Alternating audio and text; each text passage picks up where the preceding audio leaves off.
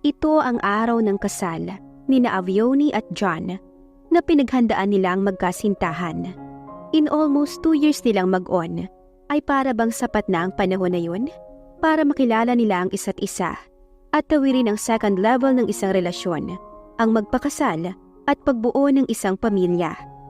Ang Hacienda Sandoval, dito sa malawak na garden, ang isang saksi sa pag-iisang dibdib nila ni John. Napakaganda ng lugar na para bang paraiso, na talagang pinag-isipan, even yung mga materials. All is natural, magmula sa upuan ng mga bisita.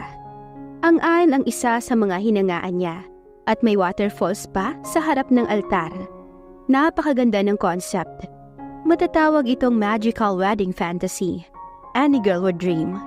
Lalo na ang napakaganda niyang tube gown na yari sa laces. Dagdagan pa ang sariwa at napakasarap na hangin. Nang magsimula siyang ayusan ay pinili niya ang light makeup at ang kanyang buhok ay hinayaan niyang nakalugay to keep simple beauty stunning para sa event na to. At ang kanyang bouquet of flowers ay bumagay sa kombinasyon ng puti at pulang kulay na paborito niya. Nakaramdam siya ng matinding kaba nang magsimula na ang wedding songs. Nagsimula na ring gumalaw ang kanyang mga paa palapit sa groom. Ngumiti si Avioni nang makita ang kanyang family at tito ni John, dahil wala ng mga magulang ang kanyang groom. Kung titingnan ng paligid, ay masasaya lahat ng bisita. Gusto niyang umiyak sa saya, pero ayaw naman niyang masira ang kanyang make-up. Lalo na nang makita niya ang seryosong mukha ng groom niya na nakatingin sa kanya. Nang sa wakas ay kunin na nito ang kanyang kamay at dalhin sa harap ng altar kung saan sila uupo, ay nagpapalitan sila ng matamis na ngiti. Para ngayon lang tila na ilang si John sa kanya. Naupo silang dalawa sa harap ng pari. At ito naman ay sinimula ng seremonya ng kasal hanggang sa natapos. "You may now kiss the bride." Anunsyo ng pari sa dalawang ikinakasal matapos ang seremonya. Nakangiting tumitig sa Avioni kay John na hindi makatingin sa kanya at balisa. Something weird na kanina pa niya nararamdaman sa asawa. Para bang may kung anong bumabagabag rito. "Come on, Adrian. You have to kiss her." Bulong ng isipan ni Adrian habang nakatitig sa napakagandang babae sa kanyang harapan. Kanina pa niya hindi alam ang dapat gawin, sabihin at tamang kilos sa harapan nito. Hanggang sa dumating na sa punto na kailangan niyang halikan si Avioni. Paano nga ba siya pumayag sa kagustuhan ng kakambal na si John upang pakasalan ang kasintahan nito? Panluloko ang ginawa nila dito, pero dahil sa pera ay pumayag siya. Nang mamatay ang magulang nila ni John, nahati sa dalawang kayamanan ng pamilyang Sandoval. Matapos niyang makuha ang lahat ng mana, ay nagpakalayo-layo siya. In other words, nilustal niya ang kayamanang ipinamana ng kanyang ama sa kanya. Heartbroken siya noon kay Alodia. Nabigo siya sa unang pag-ibig dahil niloko siya nito. Nawala ng direksyon ng buhay niya. Naging alak ang kanyang sandigan at kakampi na lahat yata ng bisyo ay pinasok niya. Alak, sigarilyo, droga, sugal, hanggang sa nakulong siya dahil nahulihan ng droga sa bulsa kasama ng barkada. Nito lang 1 buwan nang nakalipas ay inilabas siya ni John na akala niya ay kakampi niya. Subalit may sarili itong motibo kaya siya inilabas dito sa kulungan. Binigyan ng bahay, pera, sasakyan. Subalit may kondisyon. At ang kapalit, lahat ng tulong nito sa kanya ay magkunwaring si John. Pakakasalan niya ang babaeng kasintahan nito. At heto na nga, dahil hindi niya matanggihan ng kapatid, nasa harapan niya ang babaeng walang kamalay-malay sa nangyayari. Pero ano nga bang kaibahan nito sa kanyang pagkatao? Hindi naman siya matino. Katunayan ay may utang pa siyang 1 milyon kay Bruce na naipatalo niya sa sugal noon at sinisingil na siya. Kung hindi pa nga nakulong, malamang ay hindi siya nito tatantanan. Tumikhim ang pari dahil sa matagal nilang pagtititigan. Si Avioni ay hinihintay siyang halikan ito at siya naman ay kinakabahan. Hindi siya artista kaya hindi siya marunong umarte. Baril at sigarilyo ang madalas niyang hawak noon at si Alodia pa lang ang babaeng nahahalikan niya pero napakatagal na. "John, what is wrong with you?" Nakakunot na si Avioni nang magtanong sa kanya. Ang mga bisita nila sa kasal na yun ay inip nang nag-aantay sa hakbang na gagawin niya. Kiss! Kiss! May naglakas loob na sumigaw dahil hindi siya makagalaw. Paano niya hahalikan ng babaeng hindi niya mahal? John, you may now kiss your bride. She is waiting. Nangingiti na ang pari sa kanya. Nagbaba ng tingin si Avioni. Nalulungkot siya sa kinikilos ni John. Kanina pa niya ito napapansin. Para bang may problema? Hindi na nga mapakali sa upuan? Ngayon pa ba ito nagkakaganito? Kung kailan kasal na nila? Hindi kaya na-realize nitong hindi siya mahal ng lalaki? Pero imposible. Maayos naman silang nag-uusap lagi sa telepono bago ginanap ang kanilang kasal. Pinadalhan pa siya nito ng flowers kahapon kahit na busy siya. Palaging may tawag kapag nasa Maynila ito at nasa Pampanga siya. Napatingin siya sa gawin ng kanyang parents. Nag-aalala na rin ang mga ito sa kanya at nagtataka sa ikinikilos ni John. Minsan pa niyang tinignan ng lalaki. Parang blanko ang utak nito. Tatalikod na sana siya nang maramdaman ang palad nito sa kanyang braso. Nakita ni Adrian ang pamamasasaluhan ng mga mata ni Avioni at ayaw naman niyang masaktan ito sa harap ng maraming tao. Babe. Bahagya siyang umiti nang hapitin ito sa bewang. Iyon ang endearment ni na John at Avioni na kailangan niya ring gamitin sa babae. Ito na yata ang pinakamabigat na ginampanan niya sa buong buhay niya. Ang magkunwaring si John. Marahan niya ang nilapit ang mukha kay Avioni para siilin nito ng halik. Bagay na hiningi ng pare.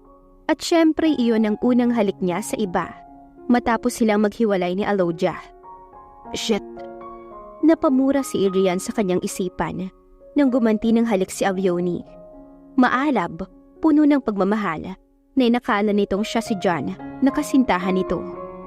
Pakiramdam ni Adrian ay may kung anong nabuhay sa loob niya.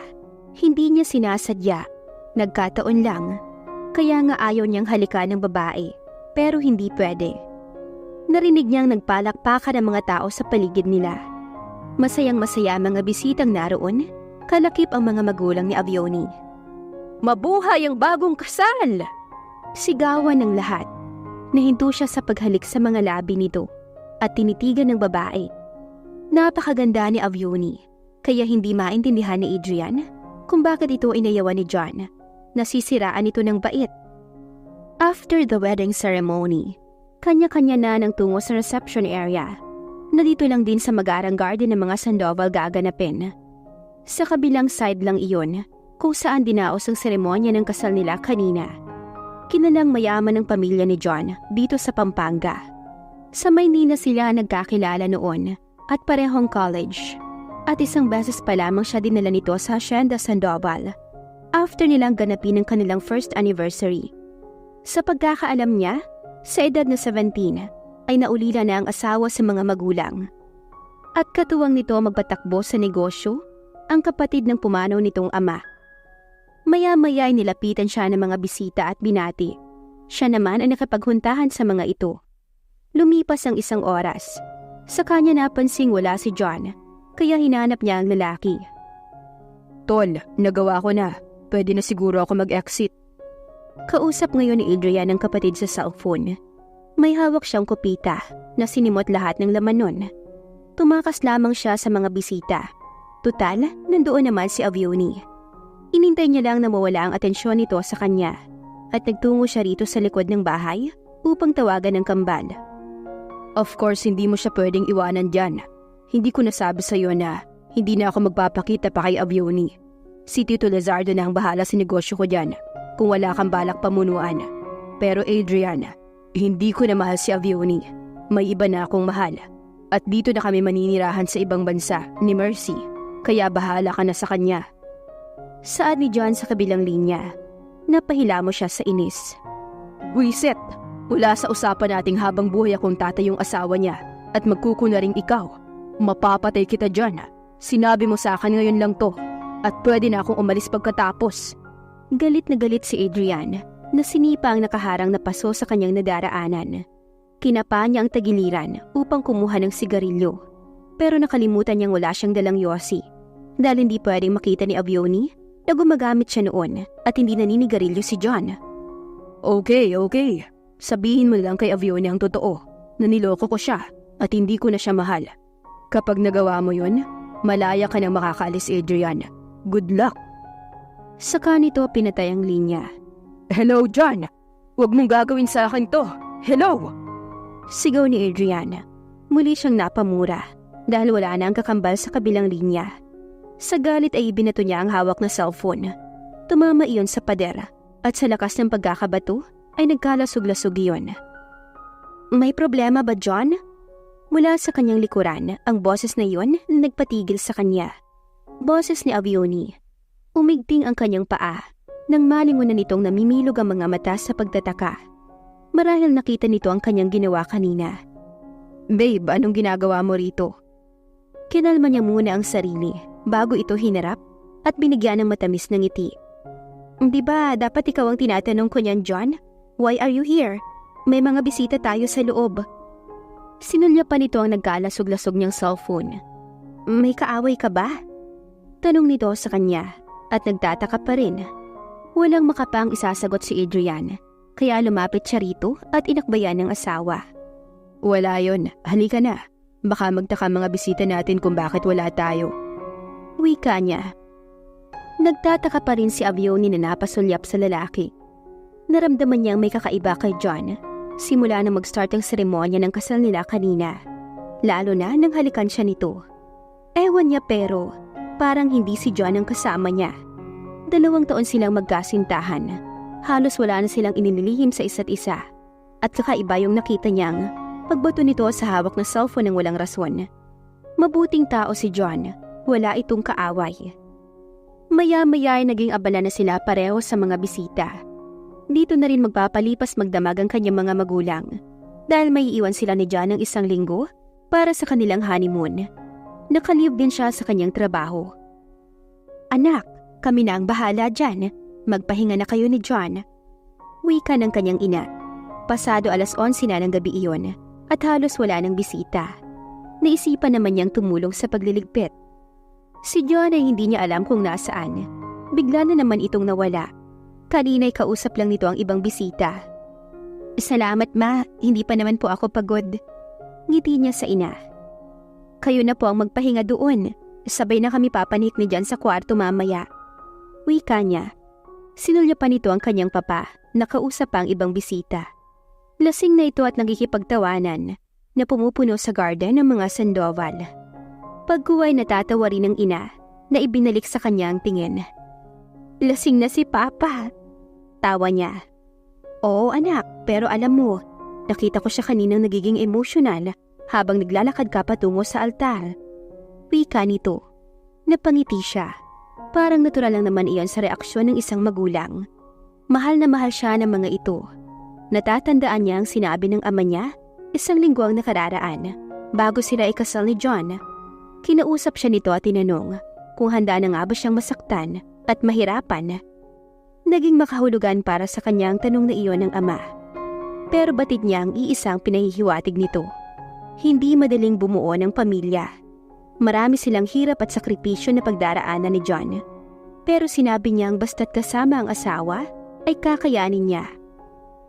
Paglipas pa ng 2 oras, saka pumanhik sa itaas si Avione. Halos wala ng tao sa reception area. Nauna na rin ang ina, sina Tito Lizardo at Tita Daisy, ay kanina pa bumalik ng Maynila. Pagdating sa silid ni Avione, ay pagod na hinilot ang kanyang nananakit na mga paa habang nakaupo sa may kama. Sakto ding pagbukas ng pinto at si John ang iniluwa. Susuray-suray ito, tanda ng kalasingan. Kaya napatanga siyang napapatingin dito. John, kailan ka pa natutong uminom? Agap niyang inalalayan ng asawa sa kabila ng pagtataka. Ikinawit niya ang isang braso nito sa kanyang balikat at pinulupot sa bewang nito ang isang braso niya. Natigilan nito at napatitig sa kanya ng matagal na para bang ngayon lamang siya nakita. Nahihiwagaan na lang talaga siya sa asawa. Avione, may sasabihin ako sa'yo. Pero huwag kang magagalit ha. Seryoso ito nang magsalita, namumungay ang mga mata. Hindi niya pinansin ang sinabi ni John.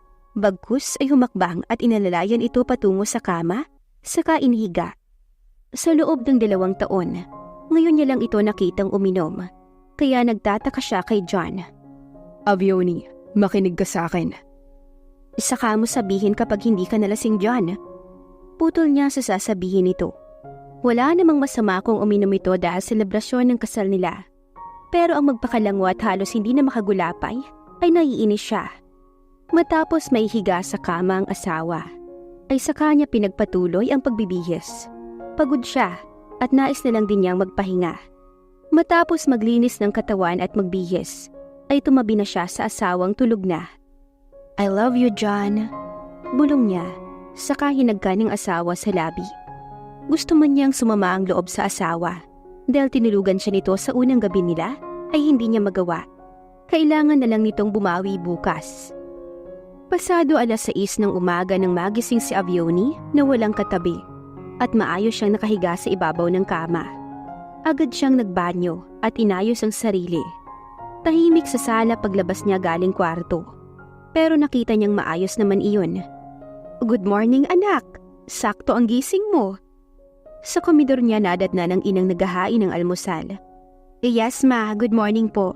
Si John, nakita niyo? Tanong niya na hinagka ng ina. Nasa labas kasama ang ama mo. Ngiti nito. Nagtimpla na rin siya ng kape para sa kanilang mag-asawa. Gusto niyang simula ngayong ikinasal sila ni John, ay siya na ang mag-aasikaso rito simula sa pagkain hanggang sa mga isusuot nito. Kahit may trabaho siya, ay ayaw niyang maramdaman ni John na may pagkukulang siya at baka maging dahilan pa iyon ng pag-aaway at paghihiwalay nila.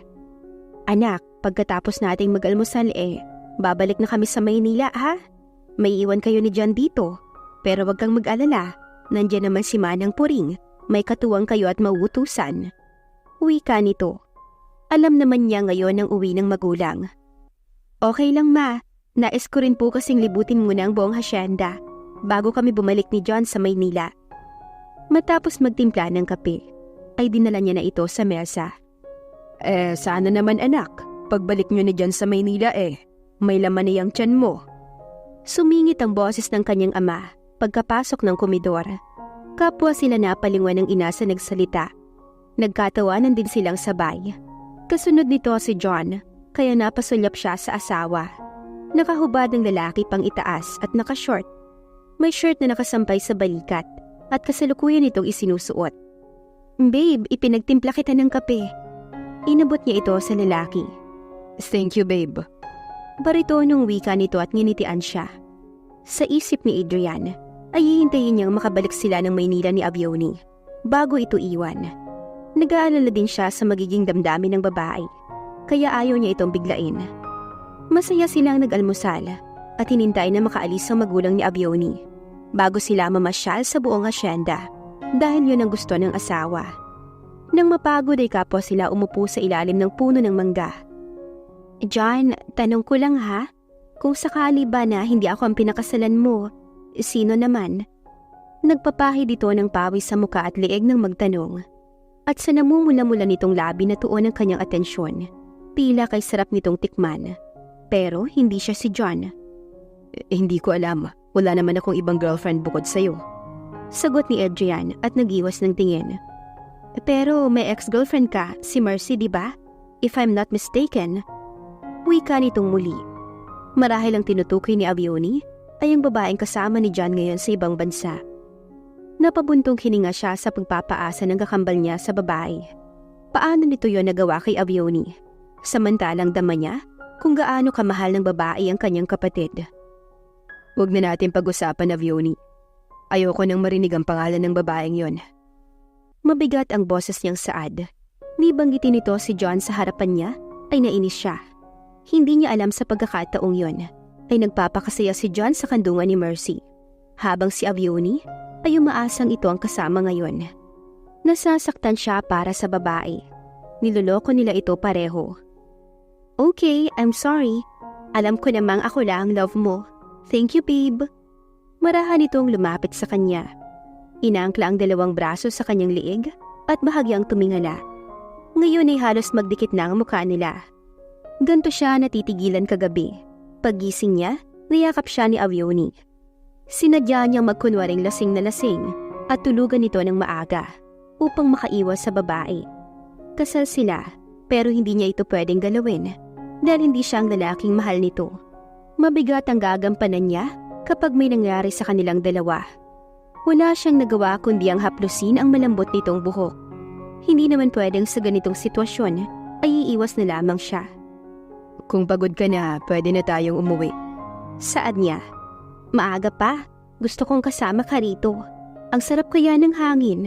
Pagbalik natin sa Maynila, tsak matatagalan tayo bago makabalik dito. Busy ka at busy na rin ako. Tugon ni Avioni. Ang totoo ay gusto niya lang umiwas sa posisyon nila. Masyadong nakakaakit ang asawa ni John. Baka makalimutan niyang si Adrian siya. Ay, umayos ito ng upo at inihilig sa dibdib niya ang ulo. Ito na rin mismo ang kumuha sa kamay niya upang ipulupot sa bewang nito. Napalunok siyang hindi mawari ang nararamdaman. Babe, pagbalik ba natin sa Maynila, itutuloy mo pa ba yung plano mo? Tanong nito sa kanya. Bahagyang tumingala para titigan siya. Anong plano? Curious niyang tanong. Natural na hindi niya alam iyon dahil hindi siya si John. Nakita niya ang pagkunot ng noon nito na kalaunan ay nalungkot. Siguro ayaw mo lang sabihin sa akin kasi ayaw mo akong masaktan. Mas lalo itong nalungkot. Napamura siya sa kanyang isipan. Ano naman kaya ang plano ni John? May kinalaman kaya ito kay Mercy? Alam mo, tara na. Ililibot pa kita sa buong asyenda. Kalimutan mo na yung plano ko dahil hindi ko na yun gagawin. Nakita niya ang biglang nagdingning ang mga mata nito. Pagkasabi niyang hindi nagagawin ang planong yun. Napabuntong hininga siya habang patuloy silang naglalakad. Sa totoo lang, ang hirap ng kalagayan niya. Sana nga bago niya iwan si Avioni, ay malagpasan niyang gampanan ang katauhan ng kakambal. Hindi na namalaya ng dalawa ang paglipas ng oras. Dito na rin sila nag-lunch kasama mga trabahador ng asyenda. Sakto kasing tanghalian ang madaanan nila mga itong kumakain. Nagpaunlak naman si Adrian matapos ayain ni Kuya Sando. Ganoon din ang asawa. Halatang nag-enjoy ito. Nakikipagtawanan sa mga kasabayan nila. Kumakaing nakakamay tulad niya. Napakasimple ni Avioni. Hindi niya maiwasang titigan ang magandang mukha nito habang mabining umunguya. Nagpakuha ito kay Mang Sando ng hinog na mangga na siyang inuulam ng dalaga sa kanin. Napakagaan nitong kasama. Parang nakikita niya sa katauhan ni Avioni ang babaeng kinabaliwan niya noon. Inisip niyang napakaswerte ni John kay Avioni. Alam mo Sir John, sobrang nanlumo talaga kami. Matapos naming mapag-alaman na si Sir Lizardo na ang may-ari ng asyendang to. Nagulat kami na binenta niyo kay Sir Lizardo ang buong asyenda. Hindi ko nakakalimutan ang kabutihan sa amin ni Senyor Fausto. Ganoon man, patuloy kaming magpapasalamat sa inyo dahil kayo man ay naging mabuti sa amin. Maramdaming tukoy nito sa kanyang ama. Natigilan si Adrian sa narinig dahil hindi niya alam ang tungkol sa pagbibenta ng kakambal sa asyenda nila sa kanyang Tito Lizardo. Walang nababanggit si John sa kanya nang huli silang mag-usap tungkol dito. Hindi naman siya nangingialam sa pagpapalakad ng asyenda dahil lugmok siya sa nararamdaman niya dahil sa pag-iwan sa kanya ni Alodia noon. Pero hindi ibig sabihin na ito na lang pwedeng magdesisyon ukol dito. Kaya pala may pagbabago sa pamamalakad sa asyenda dahil ang tito na niya ang nagpapatakbo nito. Mas naging mahigpit at nagbawas ng mga tao. Gusto sana niya mag-usisa kay Mang Sendo pero hindi niya magawa. Tsak malalaman nitong siya si Adrian. Nasa tabi pa man din nila si Avioni kaya hindi siya kumibo. Nakita niyang napasulyap sa kanya si Avioni na nagtataka. Tahimik na tinignan ni Avioni ang asawa sa natuklasan pero naisip niyang baka may dahilan si John. Kaya pala nang sabihin ni Tito Lizardo na sa asyenda gaganapin ang kanilang kasal, ay tila ba nag-atubili pa si John noon. Yun pala ay hindi na ito ang nagmamay-ari. Hindi lang dinabanggit ng asawa ang tungkol dito. Babe, huwag ka sanang magagalit ha. Wala naman akong pakialam tungkol dito pero ba't naisipan mong ibenta ang asyenda kay Tito Lizardo mo? Kung naaalala mo dati, sabi mo sa akin, mahalaga sa'yo to dahil nandito ang alaala ng yumaon yung ama. Ani Avioni nang pauwi na sila. Hawak nito ang kamay niya at inaalalayan sa malubak na daan. Hindi ito kumibo na para bang nag-iisip. Or baka ayaw lang ni John na sabihin sa kanya ang dahilan nito. Natuwa pa naman siya sa sinabi ng asawa na hindi na ito tutuloy sa ibang bansa para ipurso ang pangarap nitong maging abogado. Noon pa man ay pangarap na ni John iyon. Kaya nga lang, sabi ng ama nito, ay tanging ito lang maaasahan sa pagpapatakbo ng negosyo nila. Kaya hindi nito natupad ang pangarap. Ang nais niya kahit kasal na silang dalawa, ay nais niya itong suportahan at payag siyang umalis ito upang sa ibang bansa mag-aral ng abogasya. Pero tila nakadama siya ng lungkot. Matapos mapag-alamang, ibinenta nito ang hasyenda. Ibig sabihin, tutuloy pa rin si John. Alam mo bang sawa na ako magpalakad ng negosyo, babe? Simula nang mawala si Dad, parang atang ko na ang lahat. Gusto ko talagang maging abogado, bata pa man ako. Sabi ni John noon, tandang-tanda ni Avioni. Anong plano mo? Tanong niya sa malungkot na boses.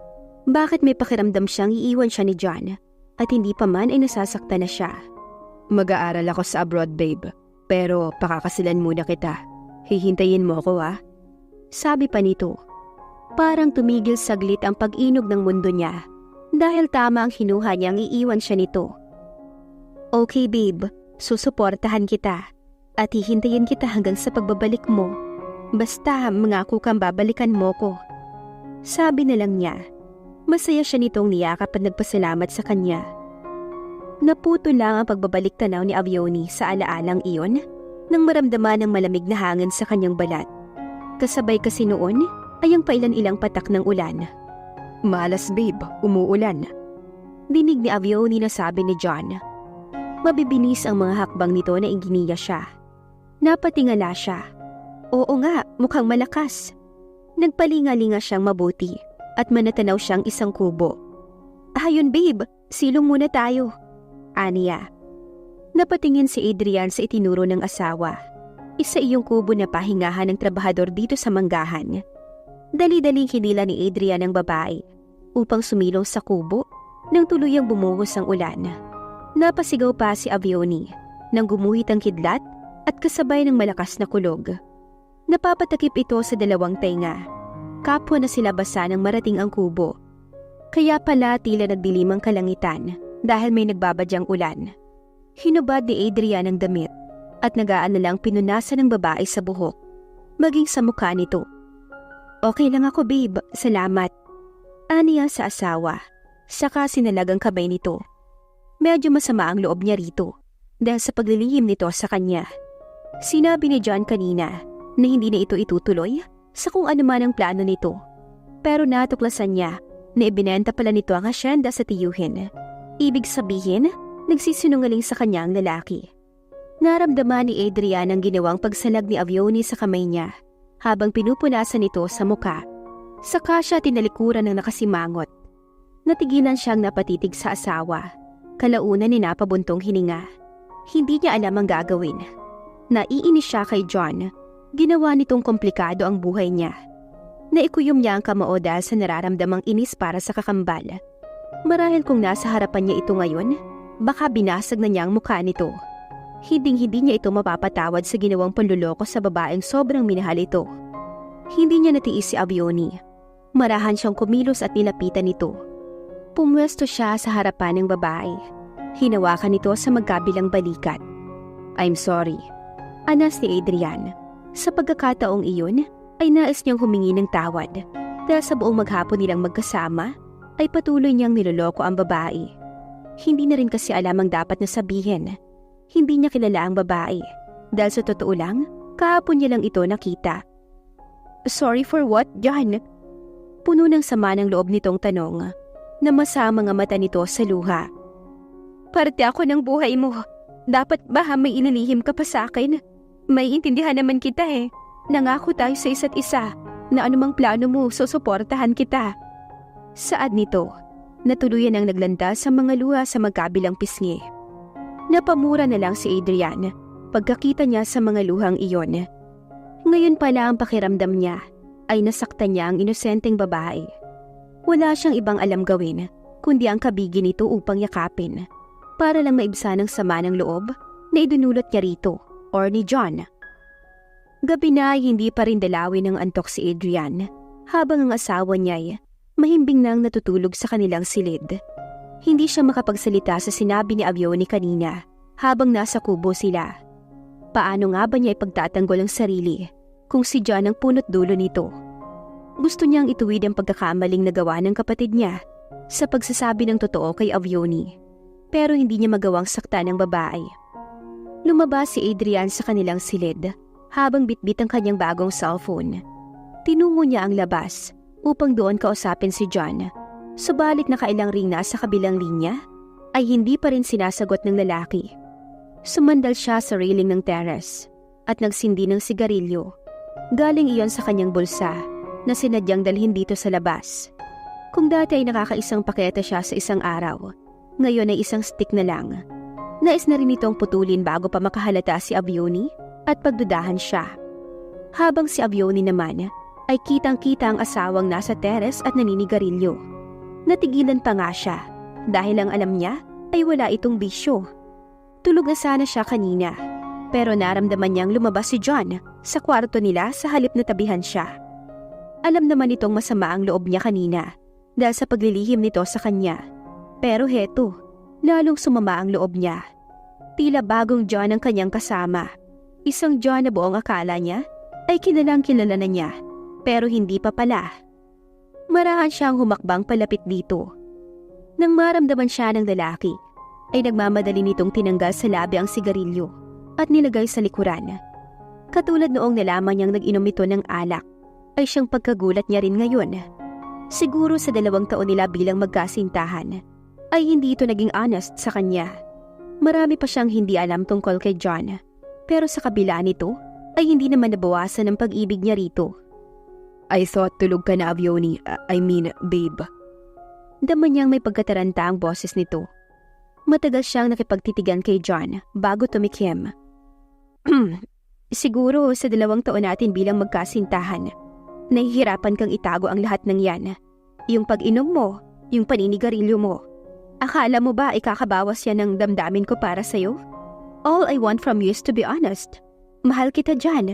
Sana wala kang tinatagot nililihim sa akin dahil nasasaktan ako. Pahayag ni Avioni. Marahan itong napakurap habang blanko na nakatingin sa kanya. Walang kaimik-imik. Marahang lumapit si Avioni kay John. Malapit na malapit. Inilagay niya ang kanyang isang palad sa dibdib ng asawa. Can I ask you something, babe? Do you still love me? Tanong ni Avioni sa asawa. Ewan ba niya kung bakit parang nagdududa siya ngayon kay John? Pakiramdam niya, hindi niya ito kilala ng lubusan. Para bang marami pa siyang dapat malaman dito. Kung sasabihin itong hindi na siya mahal, ewan niya rin kung anong gagawin niya. Pero at least nalaman niya mula sa labi nito. Avioni. Tila ba nalilito itong tumingin sa kanya. Nababasa niya sa mga mata nito na may nais itong sabihin pero hindi maisatinig. Marahang idinikit ni Avioni ang mga labi kay John upang kintalan nito ng halik sa labi. Gusto niyang sa pamamagitan nito ay maramdaman ang pagmamahal ni John at maiparating niya rin ang damdamin niya para sa asawa. Subalit sa pagkagulat niya ay naitulak siya nito na tila bagulat sa kanyang ginawa. Namilog ang kanyang mga matang napatitig sa lalaki. Nasaktan siya sa ginawa nito. Iisa lang ang ibig sabihin nun. Hindi na siya mahal ni John. Kaya pala napakarami niyang tanong sa sarili. Pero bakit kailangan pa siya nitong pakasalan? Namasa ang magkabilang mata niya sa luha at dagling naghabulan sa kanyang pisngi. Nanatili lamang itong nakatitig sa kanya na walang kahit anong emosyon. Pinahid niya ang mga luha bago tumalikod pero mabilis siyang napigilan ni John sa isang braso. Kinabig siya nito at kinulong sa mga bisig bago siniil ng halik sa mga labi. Hindi nais gawin to ni Adrian kay Avioni. Pero kung hindi niya gagawin yun, mas lalo lamang itong masasaktan. Nais man niyang ipagtapat sa babae ang lahat, ay hindi pa kaya sa pagkakataong yun at hindi niya alam kung kailan. Saglit naghihina ang mga labi nila ng asawa. Dama ni Adrian ang init sa labi ni Avioni na lumukob sa kanya, lalo na nang gumanti ito ng halik. Kumapit ang 2 palad nito sa magkabilang braso niya. Habang hindi niya mahintong ang kininang labi nito, hindi niya na makontrol ang sarili. Para siyang nauhaw sa mga sandaling yon. Alam niyang hindi dapat, maling-mali. Gumapa ang dalawang palad ni Avioni sa likod niya hanggang sa ikinawit nito iyon sa kanyang liig. Kasabay noon ay mas lalo nitong idinikit ang katawan sa kanya. Kusa na rin kumilos ang mga kamay ni Adrian at binuhat ang asawa patungo sa kanilang silid. Patawarin siya ni John pero hindi na niya kayang pigilan ang sarili. Asawa niya si Avioni at may karapatan naman siguro siyang angkinin ito. Iyon ang kasalukuyang tumatakbo sa isipan ni Adrian ngayon nang tuluyang madala sa silid ang asawa. Marahan niya itong inilapag at sinimulang kalasin ang lahat ng suot ni Avioni. Pagkuhay puno ng paghangang pinagmasdan nito ni Adrian bago tinanggal din ang kanyang kasuotan. Nakita niya ang pagkislap ng mga mata nito habang nakatitig sa kanya. Wala na siyang nabasang sama ng loob sa mga matang iyon, kundi purong pagmamahal. Alam niyang pagmamahal para kay John, pero binaliwala niya lamang iyon. Kakalimutan niya pansamantala kung sino siya upang mapaligaya ang babae. Alam niya kasing iyon ang inaasam nito. Matapos tabihan, ay muling naghina ang mga labi nilang dalawa. Sa malalim na gabing iyon, ay napuno ng impit na ungol nilang dalawa ang silid na iyon. Matapos ang isang linggong masayang honeymoon ng mag-asawa, ay nagbabalik na sila sa Maynila. Napabuntong hininga si Adrian na inililibot ang paningin sa paligid ng mansyon ng mga Sandoval. Matagal na ang panahon ng lumipas since umalis siya ng bahay. Walang nagbago, pero naroon ang kanyang pangungulila sa mga magulang. Natagpuan pa nga niya ang sarili sa silid ng kanyang ama't ina. Kumuha siya ng interior designer at ipinaayos ang buong mansyon. Pinatanggal niya rin lahat ng mga gamit, maging larawan ni John na makikita sa loob ng bahay, at panilita ng masayang larawan nila ni Avioni. Sa asyenda ay naroon din maging ang kanilang wedding photos. Wow! Ang ganda dyan! Bunalas ni Avioni pagkakita sa bagong design ng mansyon pag-uwi nila kinahapunan galing trabaho. Nawala ang mga lumang larawan ng asawa sa buong bahay at napalitan ang larawan nilang dalawa. Nabawasan din ang mga gamit sa loob na hindi naman kailangan. Nang malinguna ng asawa ay napasimangot ito. I told you not to call me John, okay? Sabi ni Adrian. Ngumisi si Avioni. Nakalimutan niya kasing gamitin ang bago nilang endearment. Sabi nito'y iwasan niyang tawagin nito sa pangalan at ura-urada ang pinalitan ng kanilang tawagan, pero okay lang naman sa kanya. Gusto niya rin ang makabago, lalo at mag-asawa na sila. Yes, hon, I'm sorry. Bawi niya kaagad. Minsan talaga'y ang word ni John, pero sige na lang. Sa buong honeymoon nila, matapos ilang beses sumama ang kanyang loob, ay bumawi naman si John sa kanya. Ipinadama nito kung gaano siya kamahal. Nagustuhan mo ba? Tukoy nito sa bagong ayos ng bahay. Nakaakbay na ngayon ang asawa sa kanya at iginigiya siya palabas. Pati ang ayos ng magarang hardin ay binago nito. Kung dati ay maganda lang, ngayon ay mas lalong gumanda. Yeah, but wait, ano namang nag-udyok sa'yo para baguhin ang ayos ng mansyon? Seryosong tanong niya. Nagkibit balikat ito. Pagkuway bumalik na sila sa loob ng mansyon na hindi sinasagot ang kanyang tanong. By the way, hon, bukas babalik na ako sa office. So pareho na tayong busy. Ani Adrian sa asawa. Magugulat siguro si John kung pati ang Sandoval Corporation ay pakikialaman niya. Baka isa din yon sa mga rason sa pagbabalik nito. May panibago na siyang plano. Hindi niya iiwan si Avioni, kundi pamumukha niya sa kapatid na nagkamali ito ng babaeng iniwan. Kung tutuusin, ay napakaswerte ni John kay Avioni, pero sinayang lamang nito. Okay lang, sanay ako. Dati naman sa hapon lang tayo nagkikita, pero ngayon makakasama na kita sa magdamag. Humarap si Avioni sa kanya at hinalikan siya sa pisngi. Bago nagpaalam na tutungo muna sa kwarto nila para magbihis. Si Adrian naman ay nagtungo sa kusina. Sir, kakain na ba kayo ni Ma'am Avioni? Tanong ni Aling Norma sa kanya. Nag-iisang maid lamang ito sa mansyon at ang iba ay pinabakasyon niya muna.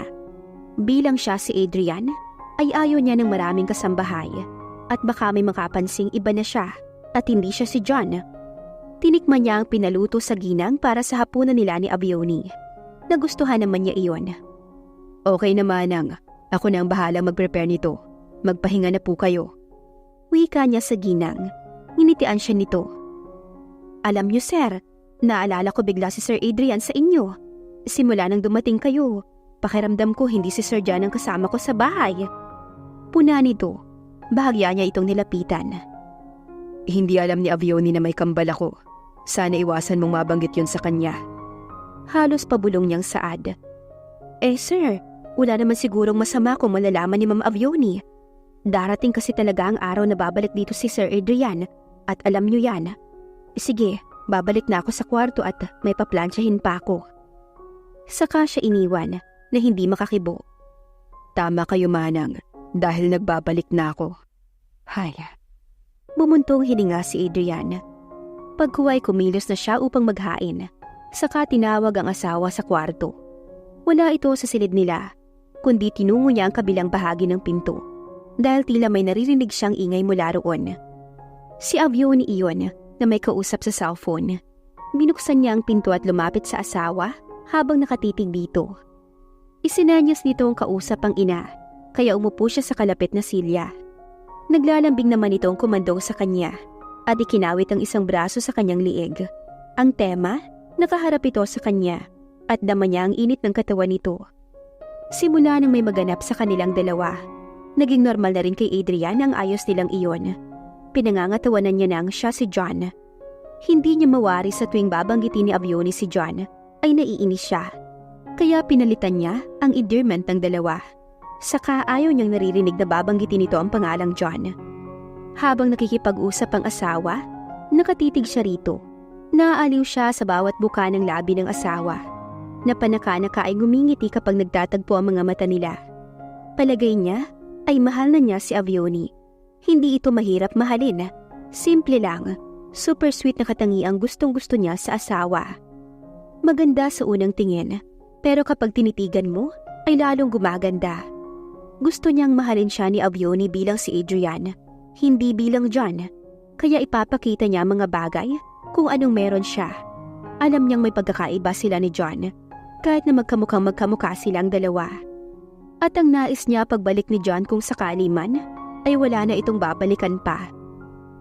Dito na kayo maghapunan ni John, anak. Pakiramdam ko ang tagal na nating hindi nagkita-kita. Namimiss na kita. Paglalambing ng ina sa kabilang linya. Napangiti si Avioni sa sinabi nito at tumingin sa asawa. Iniloudspeaker niya para marinig nito ang sinasabi ng ina. Ma, nakapagluto na si John. Siguro bukas na lang kami papasyal dyan. Tanggi ni Avioni. Totoo ba yan? Lulutuin ko ang paboritong ulam niyo ni John, ang adobong pusit. Natatawa ito sa kabilang linya. Napangiwi si Adrian sa narinig mula sa kanyang biyanan dahil allergy siya doon. Mukhang mapapasubo siya. Sa tanang buhay niya, isang beses pa lamang siyang kumain noon at naalala niyang namantal siya. 7 taon lang siya nang magluto ang kanyang mommy. Kung paanong nagustuhan ni John ang adobong pusit na yon. Siya namang halos ikamatay niya dahil bukod sa pamamantal niya ay nahirapan siyang huminga. Okay mommy, sa hapon tutuloy kami dyan. Sige anak, maghihintay kami ng papa mo. Sige na't baka nakakaabala ako sa inyo. Nang maibaba ni Avioni ang cellphone, ay bumaling ito kay Adrian at ngumiti. Han, hindi ako sure bukas ha. Alam mo naman after honeymoon, natambakan ako ng trabaho sa office. Pag-iwas ni Adrian, gagawa na lamang siya ng paraan bukas para hindi matuloy ang dinner date nila. Baka sa pagkakataong iyon ay pagdudahan na talaga siya ni Avioni. Kinabukasan matapos ihatid ni Adrian ang asawa sa trabaho nito, ay tumuloy na rin siya sa opisina. Nadatnan niya nakaupo ang kanyang Tito Lizardo sa harap ng executive table at kausap ang sekretarya nito. Sinabi ko naman sa'yo, hindi ba? Bago pa makabalik si John, dapat nakuha mo na lahat ng files na gusto kong makuha. Galit ang Tito Lizardo niya. Hindi nga nito napansing nakapasok na siya. Sasagot na sana ang babaeng nakatungo, pero hinampas ng tito niya ang mesa at pinalabas ang babae nang malingunan siya. Have a seat, John. Sabi nito sa kanya pagkalabas ng sekretarya. May problema ba, tito? Tanong niya. Naalala mo si Mr. De La Fuerte? Tanong nito sa kanya. Pero dahil hindi naman talaga niya kilala yun ay tumango siya. Naisip niyang mas pahirap ng pahirap ang sitwasyon niya sa pagkukulwaring siya si John. Dati siyang katiwala ng iyong ama. At alam mo ba kung anong ginawa niya bago siya nag-retard? Malaking halaga ang nakuha niya sa company na umabot ng 6.2 million. Alam mo ba ang ibig sabihin nun? Pabagsak na ang ating kumpanya. Pahayag nito. Alam ba ni John ang tungkol sa ginawa ni Mr. De La Fuerte? Diretsyong tanong niya. Mas makakabuti kung malalaman ng Tito Lizardo niyang siya si Adrian. Hindi niya kayang itago ito ng matagal sa tiyuhin. Hindi niya kayang magkunwari. Wala siyang alam sa nangyayari. Dahil ngayon lang siya ulit nakabalik. Napaangat ito ng tingin direkta sa kanya. Saka siya tinitigan ng matagal. Adrian? Tanong nito na hindi makapaniwala. Tila nanguhula. Yes, Tito. Ako nga. Pag-aamin niya. Anong nangyayari? Nasaan si John? Ibig mong sabihin, ikaw ang substitute groom ng kapatid mo. Pinaniwala niyo si... Tito, please. Plano lang lahat ito ni John. Wala akong kinalaman dito. Nakulong ako. Tinulungan niya ako makalabas para magkunwaring siya sa harap ni Avioni. Kaya please, huwag mong sasabihin to sa asawa ko. Pakiusap niya. Matagal siya nitong tinitigan. Bago biglang humalakak ng malakas na kinagulat niya. Hahaha. Tignan mo nga naman kapag umaayon sa iyo ang pagkakataon. Pagkasabi mas humalakak pa ito ng malakas. Napakunot noon naman siya. Tumayo ito at lumapit sa kanya. Tinapik nito ang kanyang balikat. Alam mo kasi Adrian, noon pa man, interesado na ako sa mga kayamanang iniwan ng dad mo. Tutal naman, nasa akin ang hasyenda. Itong kumpanya na lang ang habol ko. At dahil alam ko na ang sekreto niyong magkapatid, mas mapapadali kong makukuha yon. Masayang sabi nito. Napatingin siya sa gawin nito. Hindi ko hahayaang mangyari yun, Tito. Nangalit ang anyo niya. Sa galit niya ay sinuntok niya ito. Nabalandra ang lalaki sa sahig. Sapo nito ang labi ng bumangon. Mabilis nitong binunot ang cellphone at nag-dial. Hello, Avioni. Saad nito. Dagli niyang dinaluhong ang tiyuhin. Nang marinig na tatawagan nito si Avioni. Agad niyang binawi ang cellphone na hawak nito, saka pinutol ang linya. Lalo siyang nagitngit. Gagamitin nito ang babae sa mga plano. Hindi siya papayag. Hindi mo pwedeng gawin to, Tito. Sa tingin mo ba, paniniwalaan ka ni Avioni na may kakambal si John? Ngumiti ito. Maaaring magkamukha kayo ni John, pero marami kayong pagkakaiba. May mga kaya kang hindi kayang gawin ni John, at ganoon din siya. At alam lahat ni Avioni ang kahinaan ni John. Kaya Adrian, pumayag ka na sa gugustuhan ko. Kung ayaw mong masaktan si Avioni, tsaka mumuhian ka kapag nalaman niya ang lahat. Madali lang naman ang gagawin mo eh. Ibigay mo sa akin lahat ng kayamanang iniwan ng iyong ama. At okay na tayo. Mananahimik na ako. Mananatiling lihim ang lahat sa pagkatao mo. Wika nito. Matagal na pinag-isipan ni Adrian ang sinabi ng tiyuhin. Tahimik siyang nakatanaw sa malayo habang nasa tahimik na lugar ang kanyang sasakyan. Iniisip niyang mas mahalaga si Avioni kaysa sa kayamanan, kaya mas pipiliin niyang mawala ang asyenda at kumpanya ng ama. Hindi lang naman siyang may kasalanan dito, kundi maging si John. Ngayon lang ulit siya naging masaya matapos iwanan ni Alodia. Kaya nakapagpasya siyang ibigay ang nais ng tiyuhin para sa ikakatahimik nilang lahat. Han, may problema ba? Nasaan ka? Pasado 6:00 na ng hapon. Nakareceive siya ng text mula sa asawa. Kasalukuyan siyang nasa harap ng mesa at pinipirmahan ang mga dokumentong nagpapatunay na ibinibigay na niya ang lahat ng shares nila ni John sa Tito Lizardo nila. Ngayon pala ang gusto na niyang humingi ng tawad sa kanyang pumanaw na ama. Pakiramdam niya, habang ginagawa niya iyon, ay nararamdaman niya kung gaano siya naging walang kwentang anak. Nawala siya ng matagal at winaldas ang perang minana mula sa magulang na parang barya lang. Ngayon ang pagkakataon na sana niya para bumawi. Pero wala. Hindi niya nireplyan ang text ng asawa. Saka pinagpatuloy ang ginagawa habang nakangiti lang ang tiyuhin. Pagkatapos noon, ay natagpuan niyang sariling naglalasing sa sobrang sama ng loob. Nag-aalala naman si Avioni sa mga sandaling iyon sa kanyang asawa dahil hindi nito sinasagot ang chat at tawag niya.